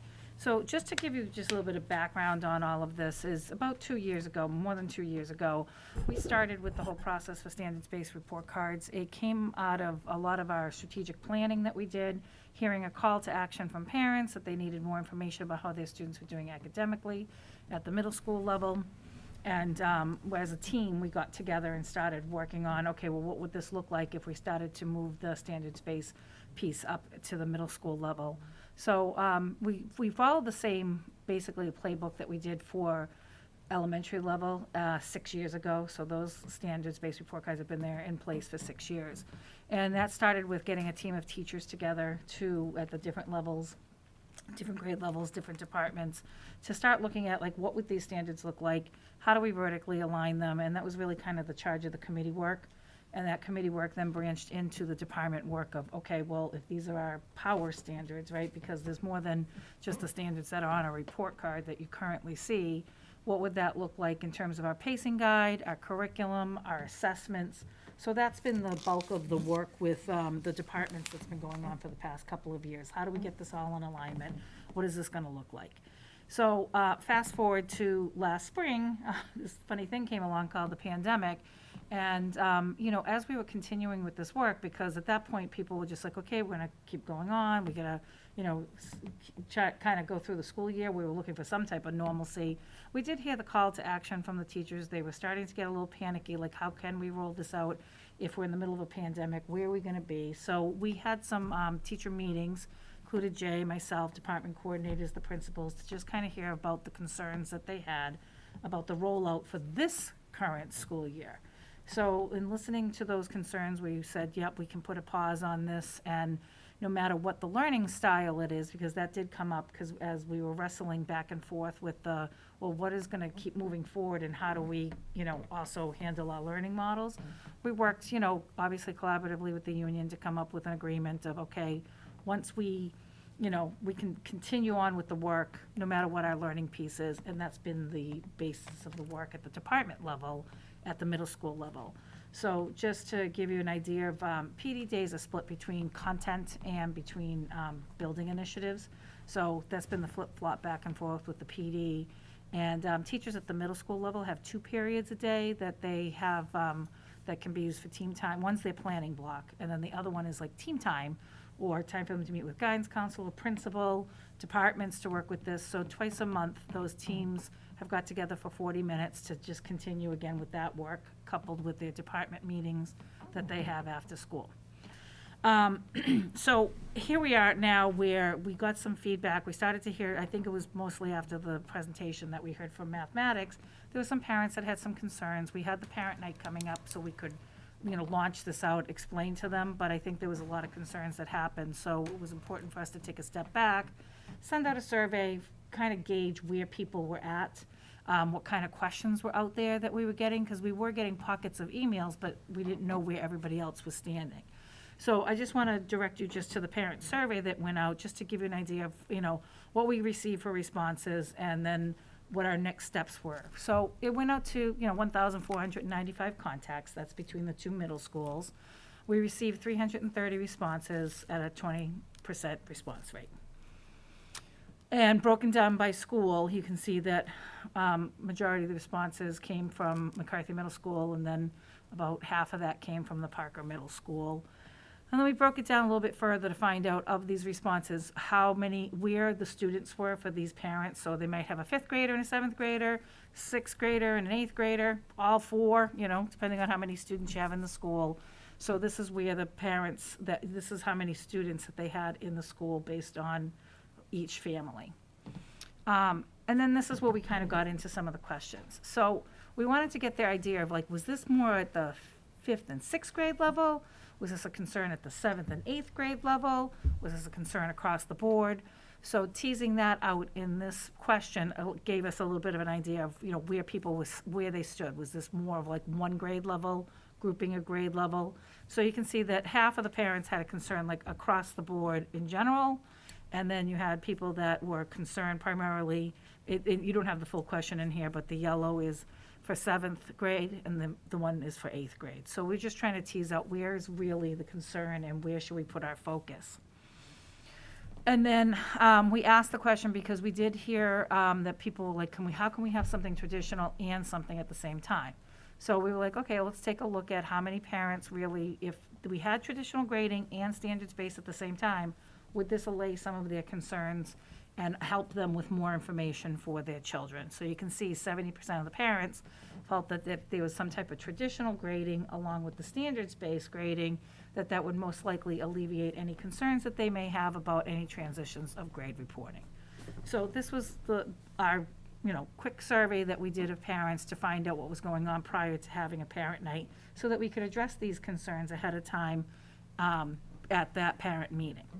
So in hearing the hybrid piece, that's been thrown around. That wasn't a new concept at all.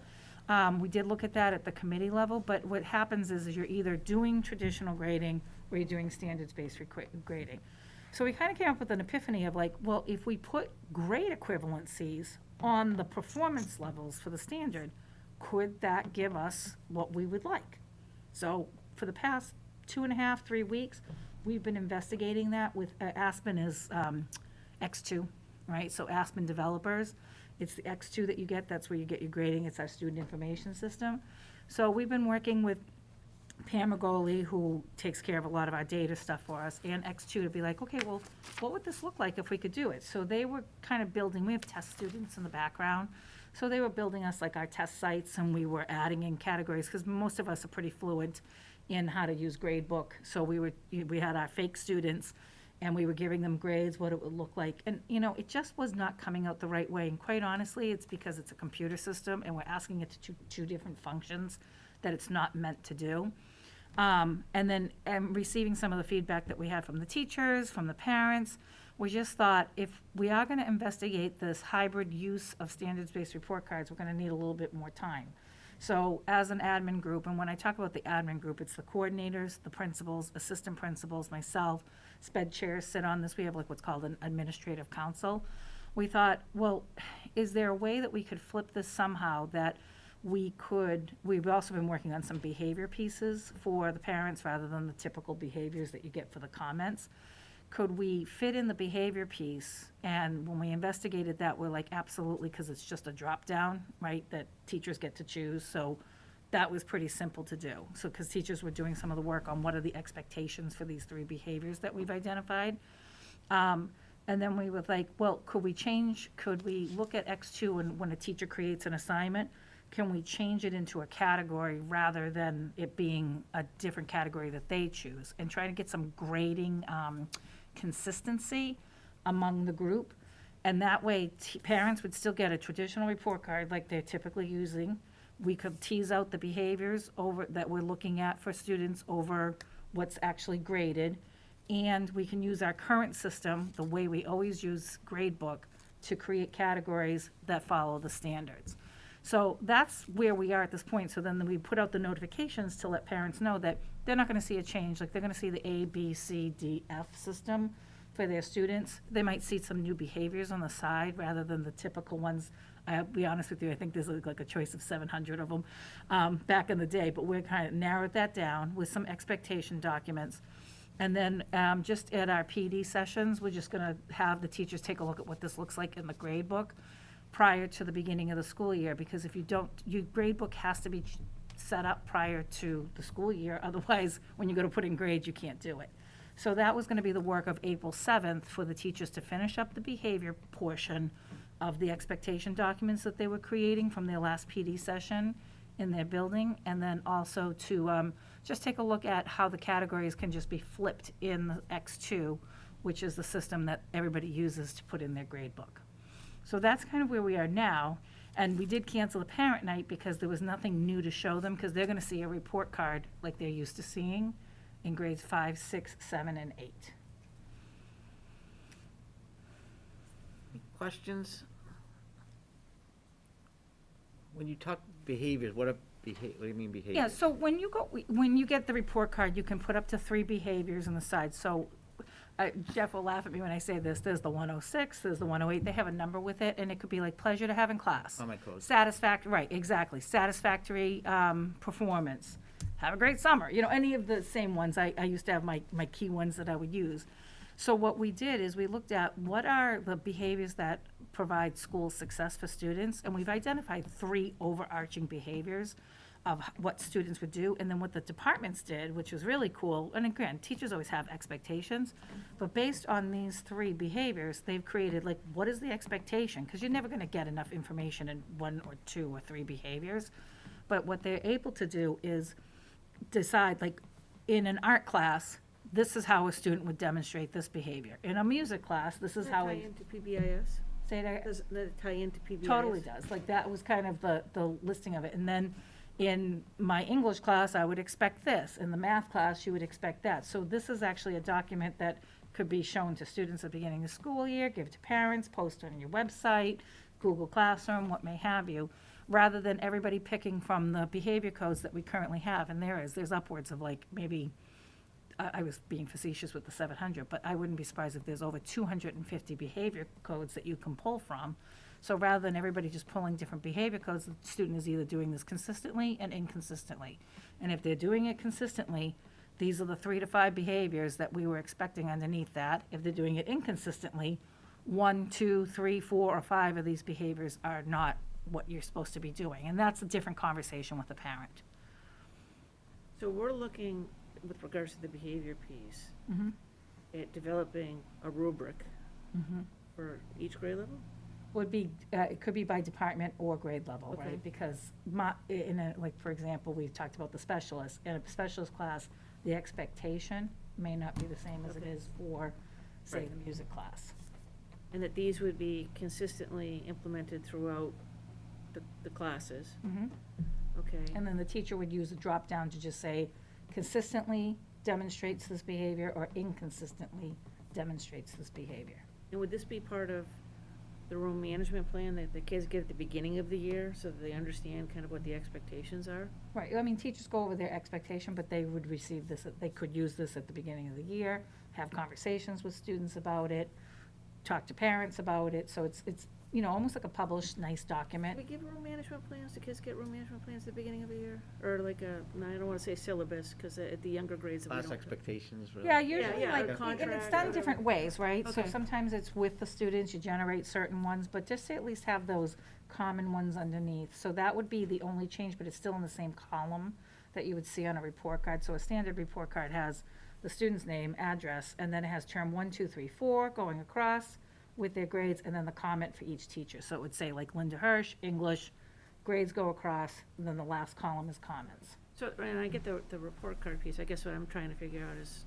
as we're rolling this out in terms of consistency across classes, grades, schools, and how it is that we're gonna, explain this to the kids so that they understand exactly what the expectations are, and how it is that we're going about measuring that, and also parents for that matter, Yeah, too. and that would be done, obviously, when students come back to school at the beginning. It's part of your, 20 days of setting expectations and routines. That would be part of that work. I think when you rolled this out at the elementary level, we were there. And what, I was there. Oh, I was like, So one of the things that was very helpful was, and worked at the elementary level, was the fact that you have a 1-hour session with a teacher that is scheduled every single year. And, we met with each one of our students' teachers every year and went over what was expected, what was not expected, and what this standards-based assessment meant. And how we could improve and how we could not improve and so on. That was not available and didn't happen at the middle school level. So how is that going to, if you change over to this, are there going to be regular meetings with parents each year? How does that work at the middle school level? well, at the middle school level, we don't have conferences, right? Right. So I think that's what you're talking about. Right. I mean, parents and teachers reach out to each other consistently based on how the student's doing well. So a parent can reach out, a teacher can reach out, but there's no set time. The teachers would set that time based on what the Right. need is of the parent. So there is none. There's none. Yeah. That did actually come out, though, in Yep. some of the surveys, too, that a lot of the parents who are coming up from the elementary level to, say, the middle school level would like to explore having some kind of parent conference. So that's something that we can, think about going forward in the future. Again, I know it happens at the elementary level. I don't know the rationale why it didn't happen at the middle school level, but that was something that came up, so we can certainly have discussions about that. To Donna's, just to Donna's one of the points, I think the important thing about, like, say, setting up that rubric or even the expectations is the work that the teachers are gonna do and kind of agreeing on, what are those expectations.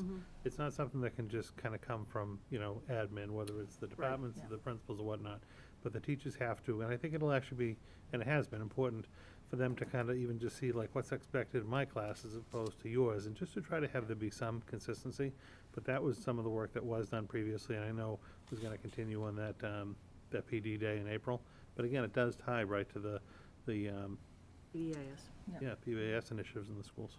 No, I agree. I think it's imperative to get the teacher input. I mean, they're the ones, in the class, and. Yeah, they started that work, and then they did it by grade level across the schools too, so it wasn't just Parker did theirs, McCarthy did theirs, and then they did what was called like a gallery walk to see like, oh, wait a minute, I like how, this was organized, and to give feedback, and that's the work that they're just gonna finish up at their next PD session, and then just to show them what the categories look like on X2.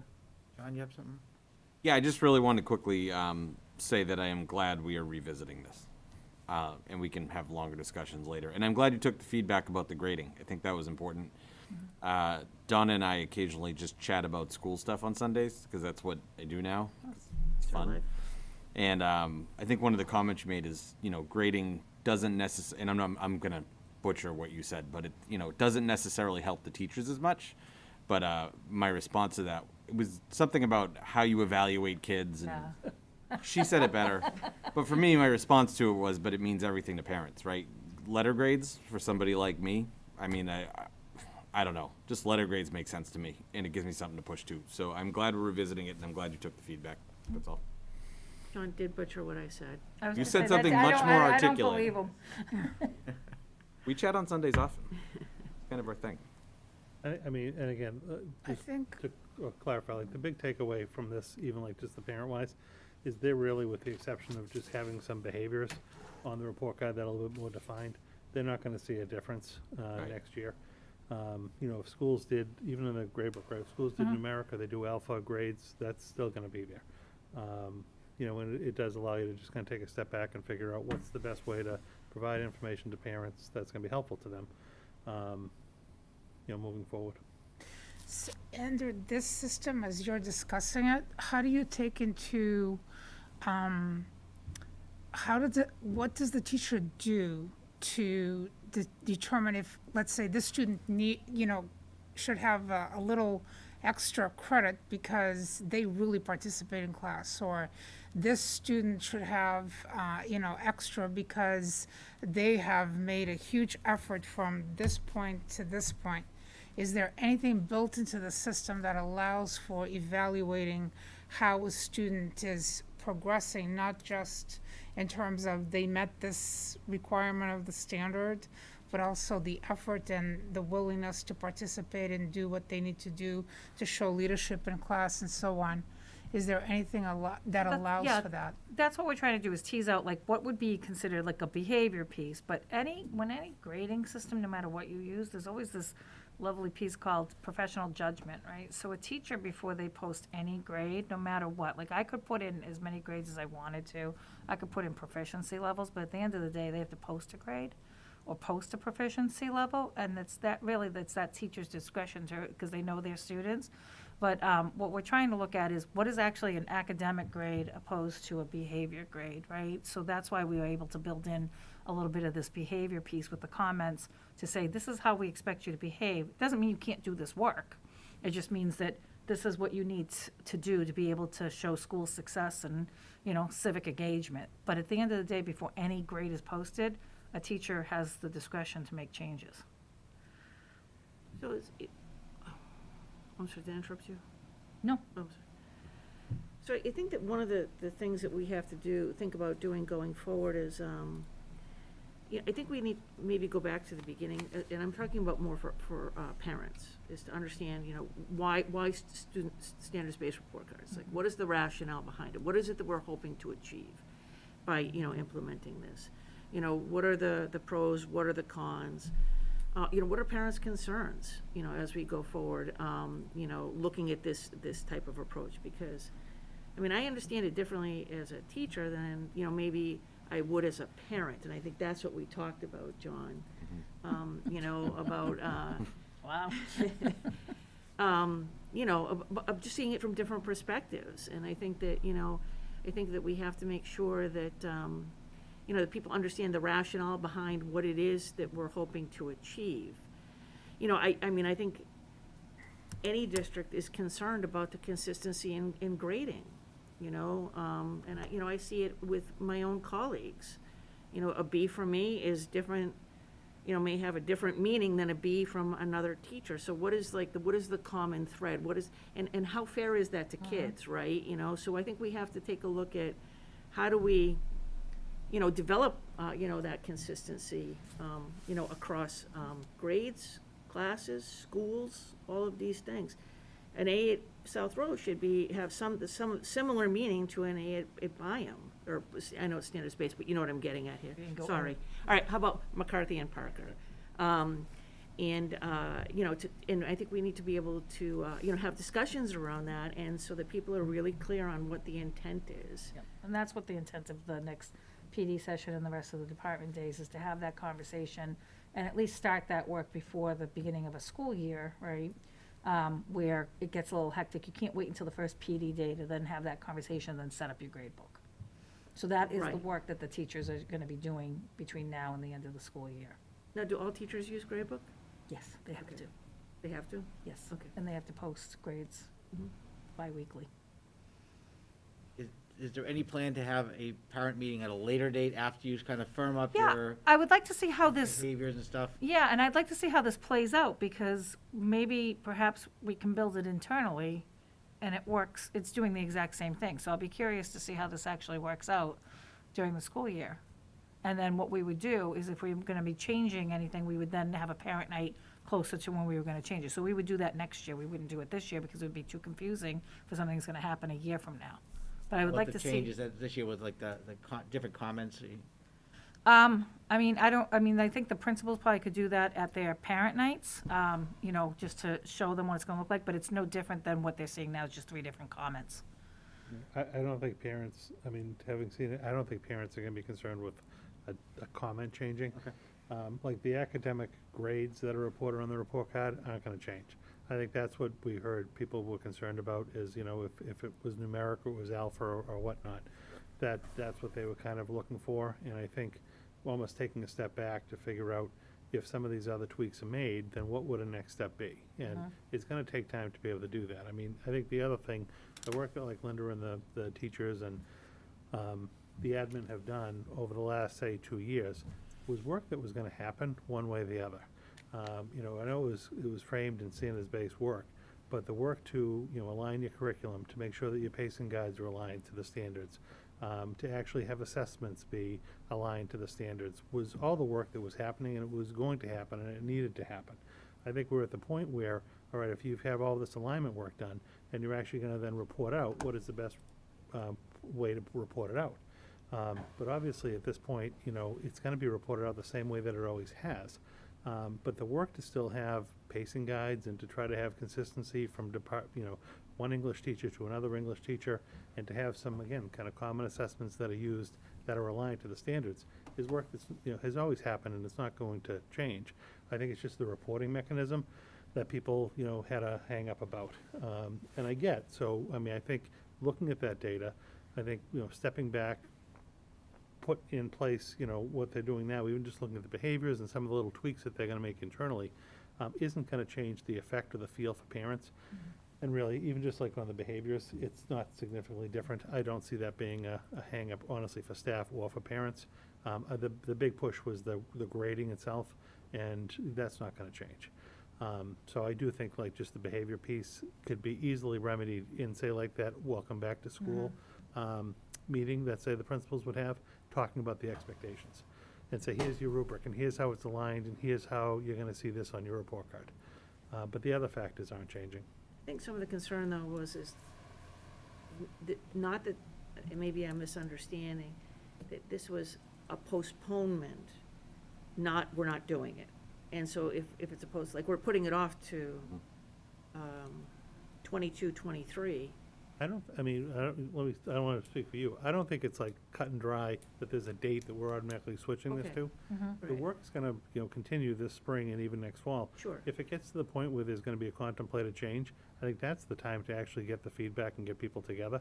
But we don't know that that's even imminent, or we don't have a timeline on that yet. Okay. So if it got to that point, that's when that would I do think, though, happen. that if lesson learned is going forward is I think that, we have to, to use Peter Malloy's word, bring the stakeholders in and have a conversation about what it is that we're doing and why it is that we're doing it, and to achieve some consensus so that way, if it's the direction that we're going to go in, that we can do it smoothly.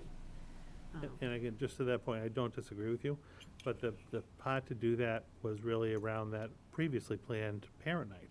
Because again, that was when we were shifting to the point where the reporting out was gonna be discussed. The other work that's been happening was gonna be happening anyway, and it's gonna continue to happen. It was just a matter of the reporting, and that was the time to get the parent feedback, to have the session to talk about it. That's at this point just off, and, would be revisited at some point in the future if that were going to change. Yep, I think that's fair. Yeah, I know there was a request to have the parent meeting at the end of March. Right. Right, correct? Was it the end of March? The Yeah, parent that's meeting what was it originally. Previously. And, obviously, so it's still on people's minds. I'm not sure it's feasible to do it at the end of March, because we have all of these other things that we really have to take care of. But I do think, it might be worth doing, at some point in the near future. Yeah, I hear what you're saying. The end of March is not feasible at this point, and honestly, I think it would be more confusing to people than not doing it. I think the time to have a discussion like that would be around if there were actually gonna be a change and it was imminent and we wanted to get feedback. I think it would be very confusing to people to get them together for a meeting to basically say, we're having a meeting about something we're not doing. I think that would be, All right, so how more about we do off-putting. somewhere where it's not quite imminent? You know what I'm saying? Because I think this is part of the problem, is it was imminent, we're saying we're gonna make the change, now we would like your feedback. So I think we have to do it just a little prior to imminent. So, yeah, but you have to have something to actually talk about. no, I agree. You know, and if you don't have a product where you're even considering moving to, I think that's the hard part. Right. But no, it wouldn't make sense to do anything this spring. And if it gets to next year, or wherever it ends up being, that something is being contemplated, yes, that's the time to have the talk about it. Anything else on this topic? In terms of the students themselves, and if you're going to have a parent meeting, and if you're going to make a change, let's say that it impacts all 4 grade levels, it would seem important to also have something with students, because they have certain expectations of what they need to do and how they need to improve and so on. And many of the comments that I've gotten from parents have been, you know, my child is or is not happy with what's going on in grading right now in 5th grade, let's say. And if you're gonna change it, then what can they expect for 6th grade? So, you know, giving that information well in advance to incoming 5th graders, that things are going to change, and then making it consistent throughout. And at the same time informing the parents, I think is extremely important. All right, any other questions or comments?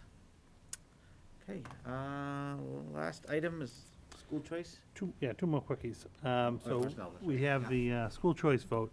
This is a vote that we have to take every year to basically just go on record, either indicating that we want to accept students in from other school systems or we don't. This has been, I think, a very successful program for us. We basically have some fluctuating enrollments, as you know, at the elementary and even the middle school level a little bit. So we have tried to contain the majority of our students to the high school level where we know we have capacity. And even our projections know we have capacity for the next number of years. We receive basically $5,000 per student through the state's school choice program for anyone we tuition into Chelmsford.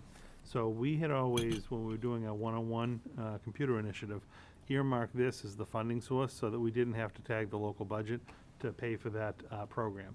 So we always try to bring in about 50 students so that we're bringing in about $250,000 per year.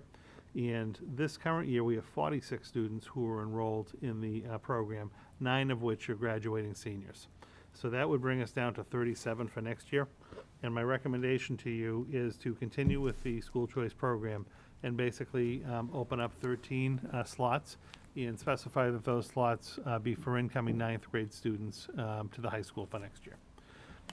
If you want, I can explain the rationale more, or if you're comfortable with that, I don't have to. Any questions on this? Been working pretty well for us, so. Yeah, it's really worked out, very well. Again, not to belabor this, the reason we kind of attract them in at the 9th grade is so that they can be part of a whole school experience.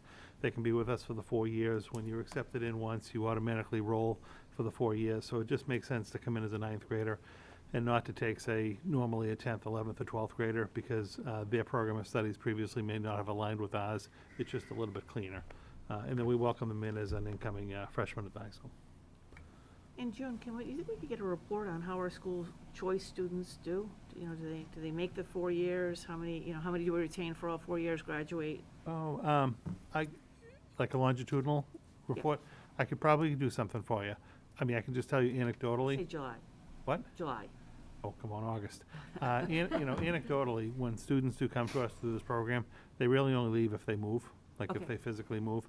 I have, in the 6 years I've been here, I don't think we've had a student that's just like dropped out or Okay. stopped coming, with the exception of if a family moves, and it just, because the family does have to provide transportation. Right, We don't right. provide transportation. But no, these students are with us year over year. Okay, that's what I was wondering. I didn't know if we had, they were here 1 year and then they went back It's to. not it's not a Okay. transient population at all. right. They're basically in and they're with us unless they were to move or something. What communities do we get? school choice from? Lowell is the predominant one. I believe we have one or two Westford. Do you know them off the top of your head? And then there's some, I think, Drake, Kingsborough, you know, they're very, like Dr. Lang said, because of the transportation, they're very nearby. I was just wondering if there was, Yeah. No, it's pretty local. All right, any other questions? And I do want to say one thing on the school choice for the little kids, you know, having had a former student who came to Chelmsford,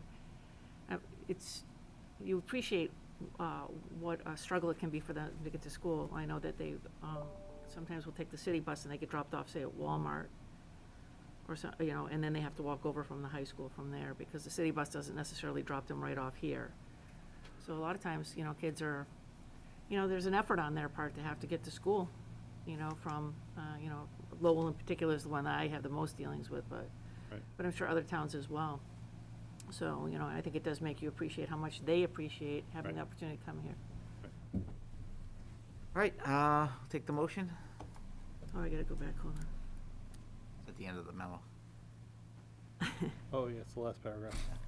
Yeah, I get it, yeah. I move that the school committee accept 13 additional new students at Chelmsford High School in grade 9 under the Commonwealth of Massachusetts School Choice Program in the 21-22 school year, bringing the total school choice participation in the Chelmsford Public Schools to 50 enrolled students in the 21-22 school year.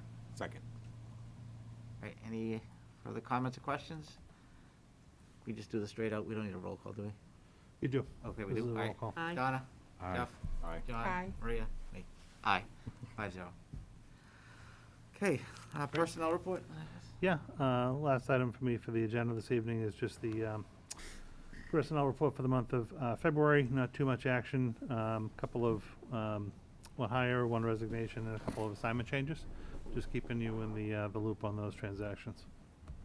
Any success in some of the higher positions that, like SEL and Ongoing. CHIPS? I right didn't now. know if we had had any, you know. No, I think the CHIPS, I believe, is thinking about doing a first round of interviews next week. And I will have to confirm for you in the SEL, but I know it's in the works. All right, any other questions on this? Okay, any liaison reports? Jeff? The CHIPS PTO, they are going to do the Free Public Library, the little library. Muriel Forte has been behind this the whole way. So they've ordered everything and they're going to get the post, the delivery and everything. And Mary Ellen even volunteered her husband to put it in, and she will also maintain it. They've also, on Friday, their sock drive ended and overflowed all the containers that they have. So we don't have a count yet, but it was truly successful. And they're still looking at potential activities for the students come springtime. Anybody else? Yes. Maria? McCarthy PTO is running a teacher lunch this month. They are also running their virtual book fair at this time. And they continue to use funds that were collected in Project 300 for Table of Plenty and for the pantry.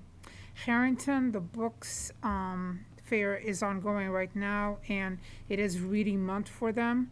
Tonight they had a fundraiser at True Brick House, which has been very, very kind to them. I think it's 30% of the proceeds go to the PTO at Harrington. The EL Council met as well this month. We had presentations from the public library. It was absolutely phenomenal. The amount of resources available was kind of a bit mind-boggling. And the other thing that we found out is that they have a conversation meet that parents can look into for English language learners who are adults at the library. The other assignment that I have that met was the Wellness Committee. We continue to rewrite the policy, and we each had a portion of it to do this week. And they're meeting again in the next couple of days. Anybody else? I sat in on the Finance Committee, as did Jeff. On Thursday, Jay did a nice job presenting. The Finance Committee seemed to be very receptive. If you want to criticize Jay's dog a little bit, interrupting the meeting, but otherwise, everything went pretty well, so. He was so quiet for the first, couple of hours. I had to unmute my mic to speak. He starts barking. I know, otherwise it went very well. Yeah, it was a good meeting. Yeah, and the other thing is council schools meeting tomorrow night. Yes. Coming up. All right, anybody have any new items? Yeah, we just got one. New items, like new action items? No, I'm sorry, no. Okay. I just want to remind people, we did move our next meeting till the 13th, just so everybody's at, and probably could we move we did with the reorg before, so Linda, can we move our book group to like the following meeting, just so we don't Sure, double up there? it's whatever works for you. You have a lot of reading to do, so you can, a That's lot of true, I have to reading and catch up on reading, reflecting, too. so you can do that in Okay, between, so. We'll push that to the 20, whatever. It's not an English teacher. Who's not an English teacher? Me, That's no. okay. Reading. We got reading's fundamental. All right, anybody have any public comment they want to share at the end? Good. Did we all receive this one from Sarah Evans? I haven't looked at mine lately. She requested that this be read as written as part of public input. So, hello, school committee. This is from Sarah Evans. I don't have an address. Hello, school committee. I am a current junior at CHS. I would like to address the issue that you talked about regarding what qualifies someone to be able to call into school remote after people come back to school full-time. You say that the guidelines allow people to call in remote if it is COVID-related. Oh my God, my glasses are standing up. And you are still working on what qualifies as an excuse if they are identified as a close contact of COVID outside of school. However, there are still other illnesses other than COVID and pre-pandemic. Very small print. Many students. Many students, I'm sorry, Sarah. Many students would like to come into school while visibly coughing or showing other symptoms. I know that I and many other students would be uncomfortable sitting in a classroom 3 feet away from a student that is visibly sick, or 6 feet away from them unmasked in a lunchroom, even if they test COVID negative. This begs the question, if a student shows up sick from something that isn't COVID, will they be required to leave? However, the reason students do this in normal years is because they have no other choice. It is extremely difficult to make up a day at the high school level, and missing even one day can require over a week of trying to do assignments and make up tests. In a time where mental health is suffering, forcing students to miss a day or even multiple days when a remote option is readily available will only cause stress and anxiety for students. I am aware that DESE is moving away from allowing this, but as you are writing guidelines for what is allowed, please consider allowing more leniency with what qualifies as proof of sickness in order to allow for this. If a student appears visibly sick, they should be allowed to call in if they are well enough to do so, so that even if they have a negative COVID test, they are not making their in-person classmates more uncomfortable in their presence. I am aware that this would not be allowed in a normal year, and students would just have to deal with the mental stress that comes with missing a day.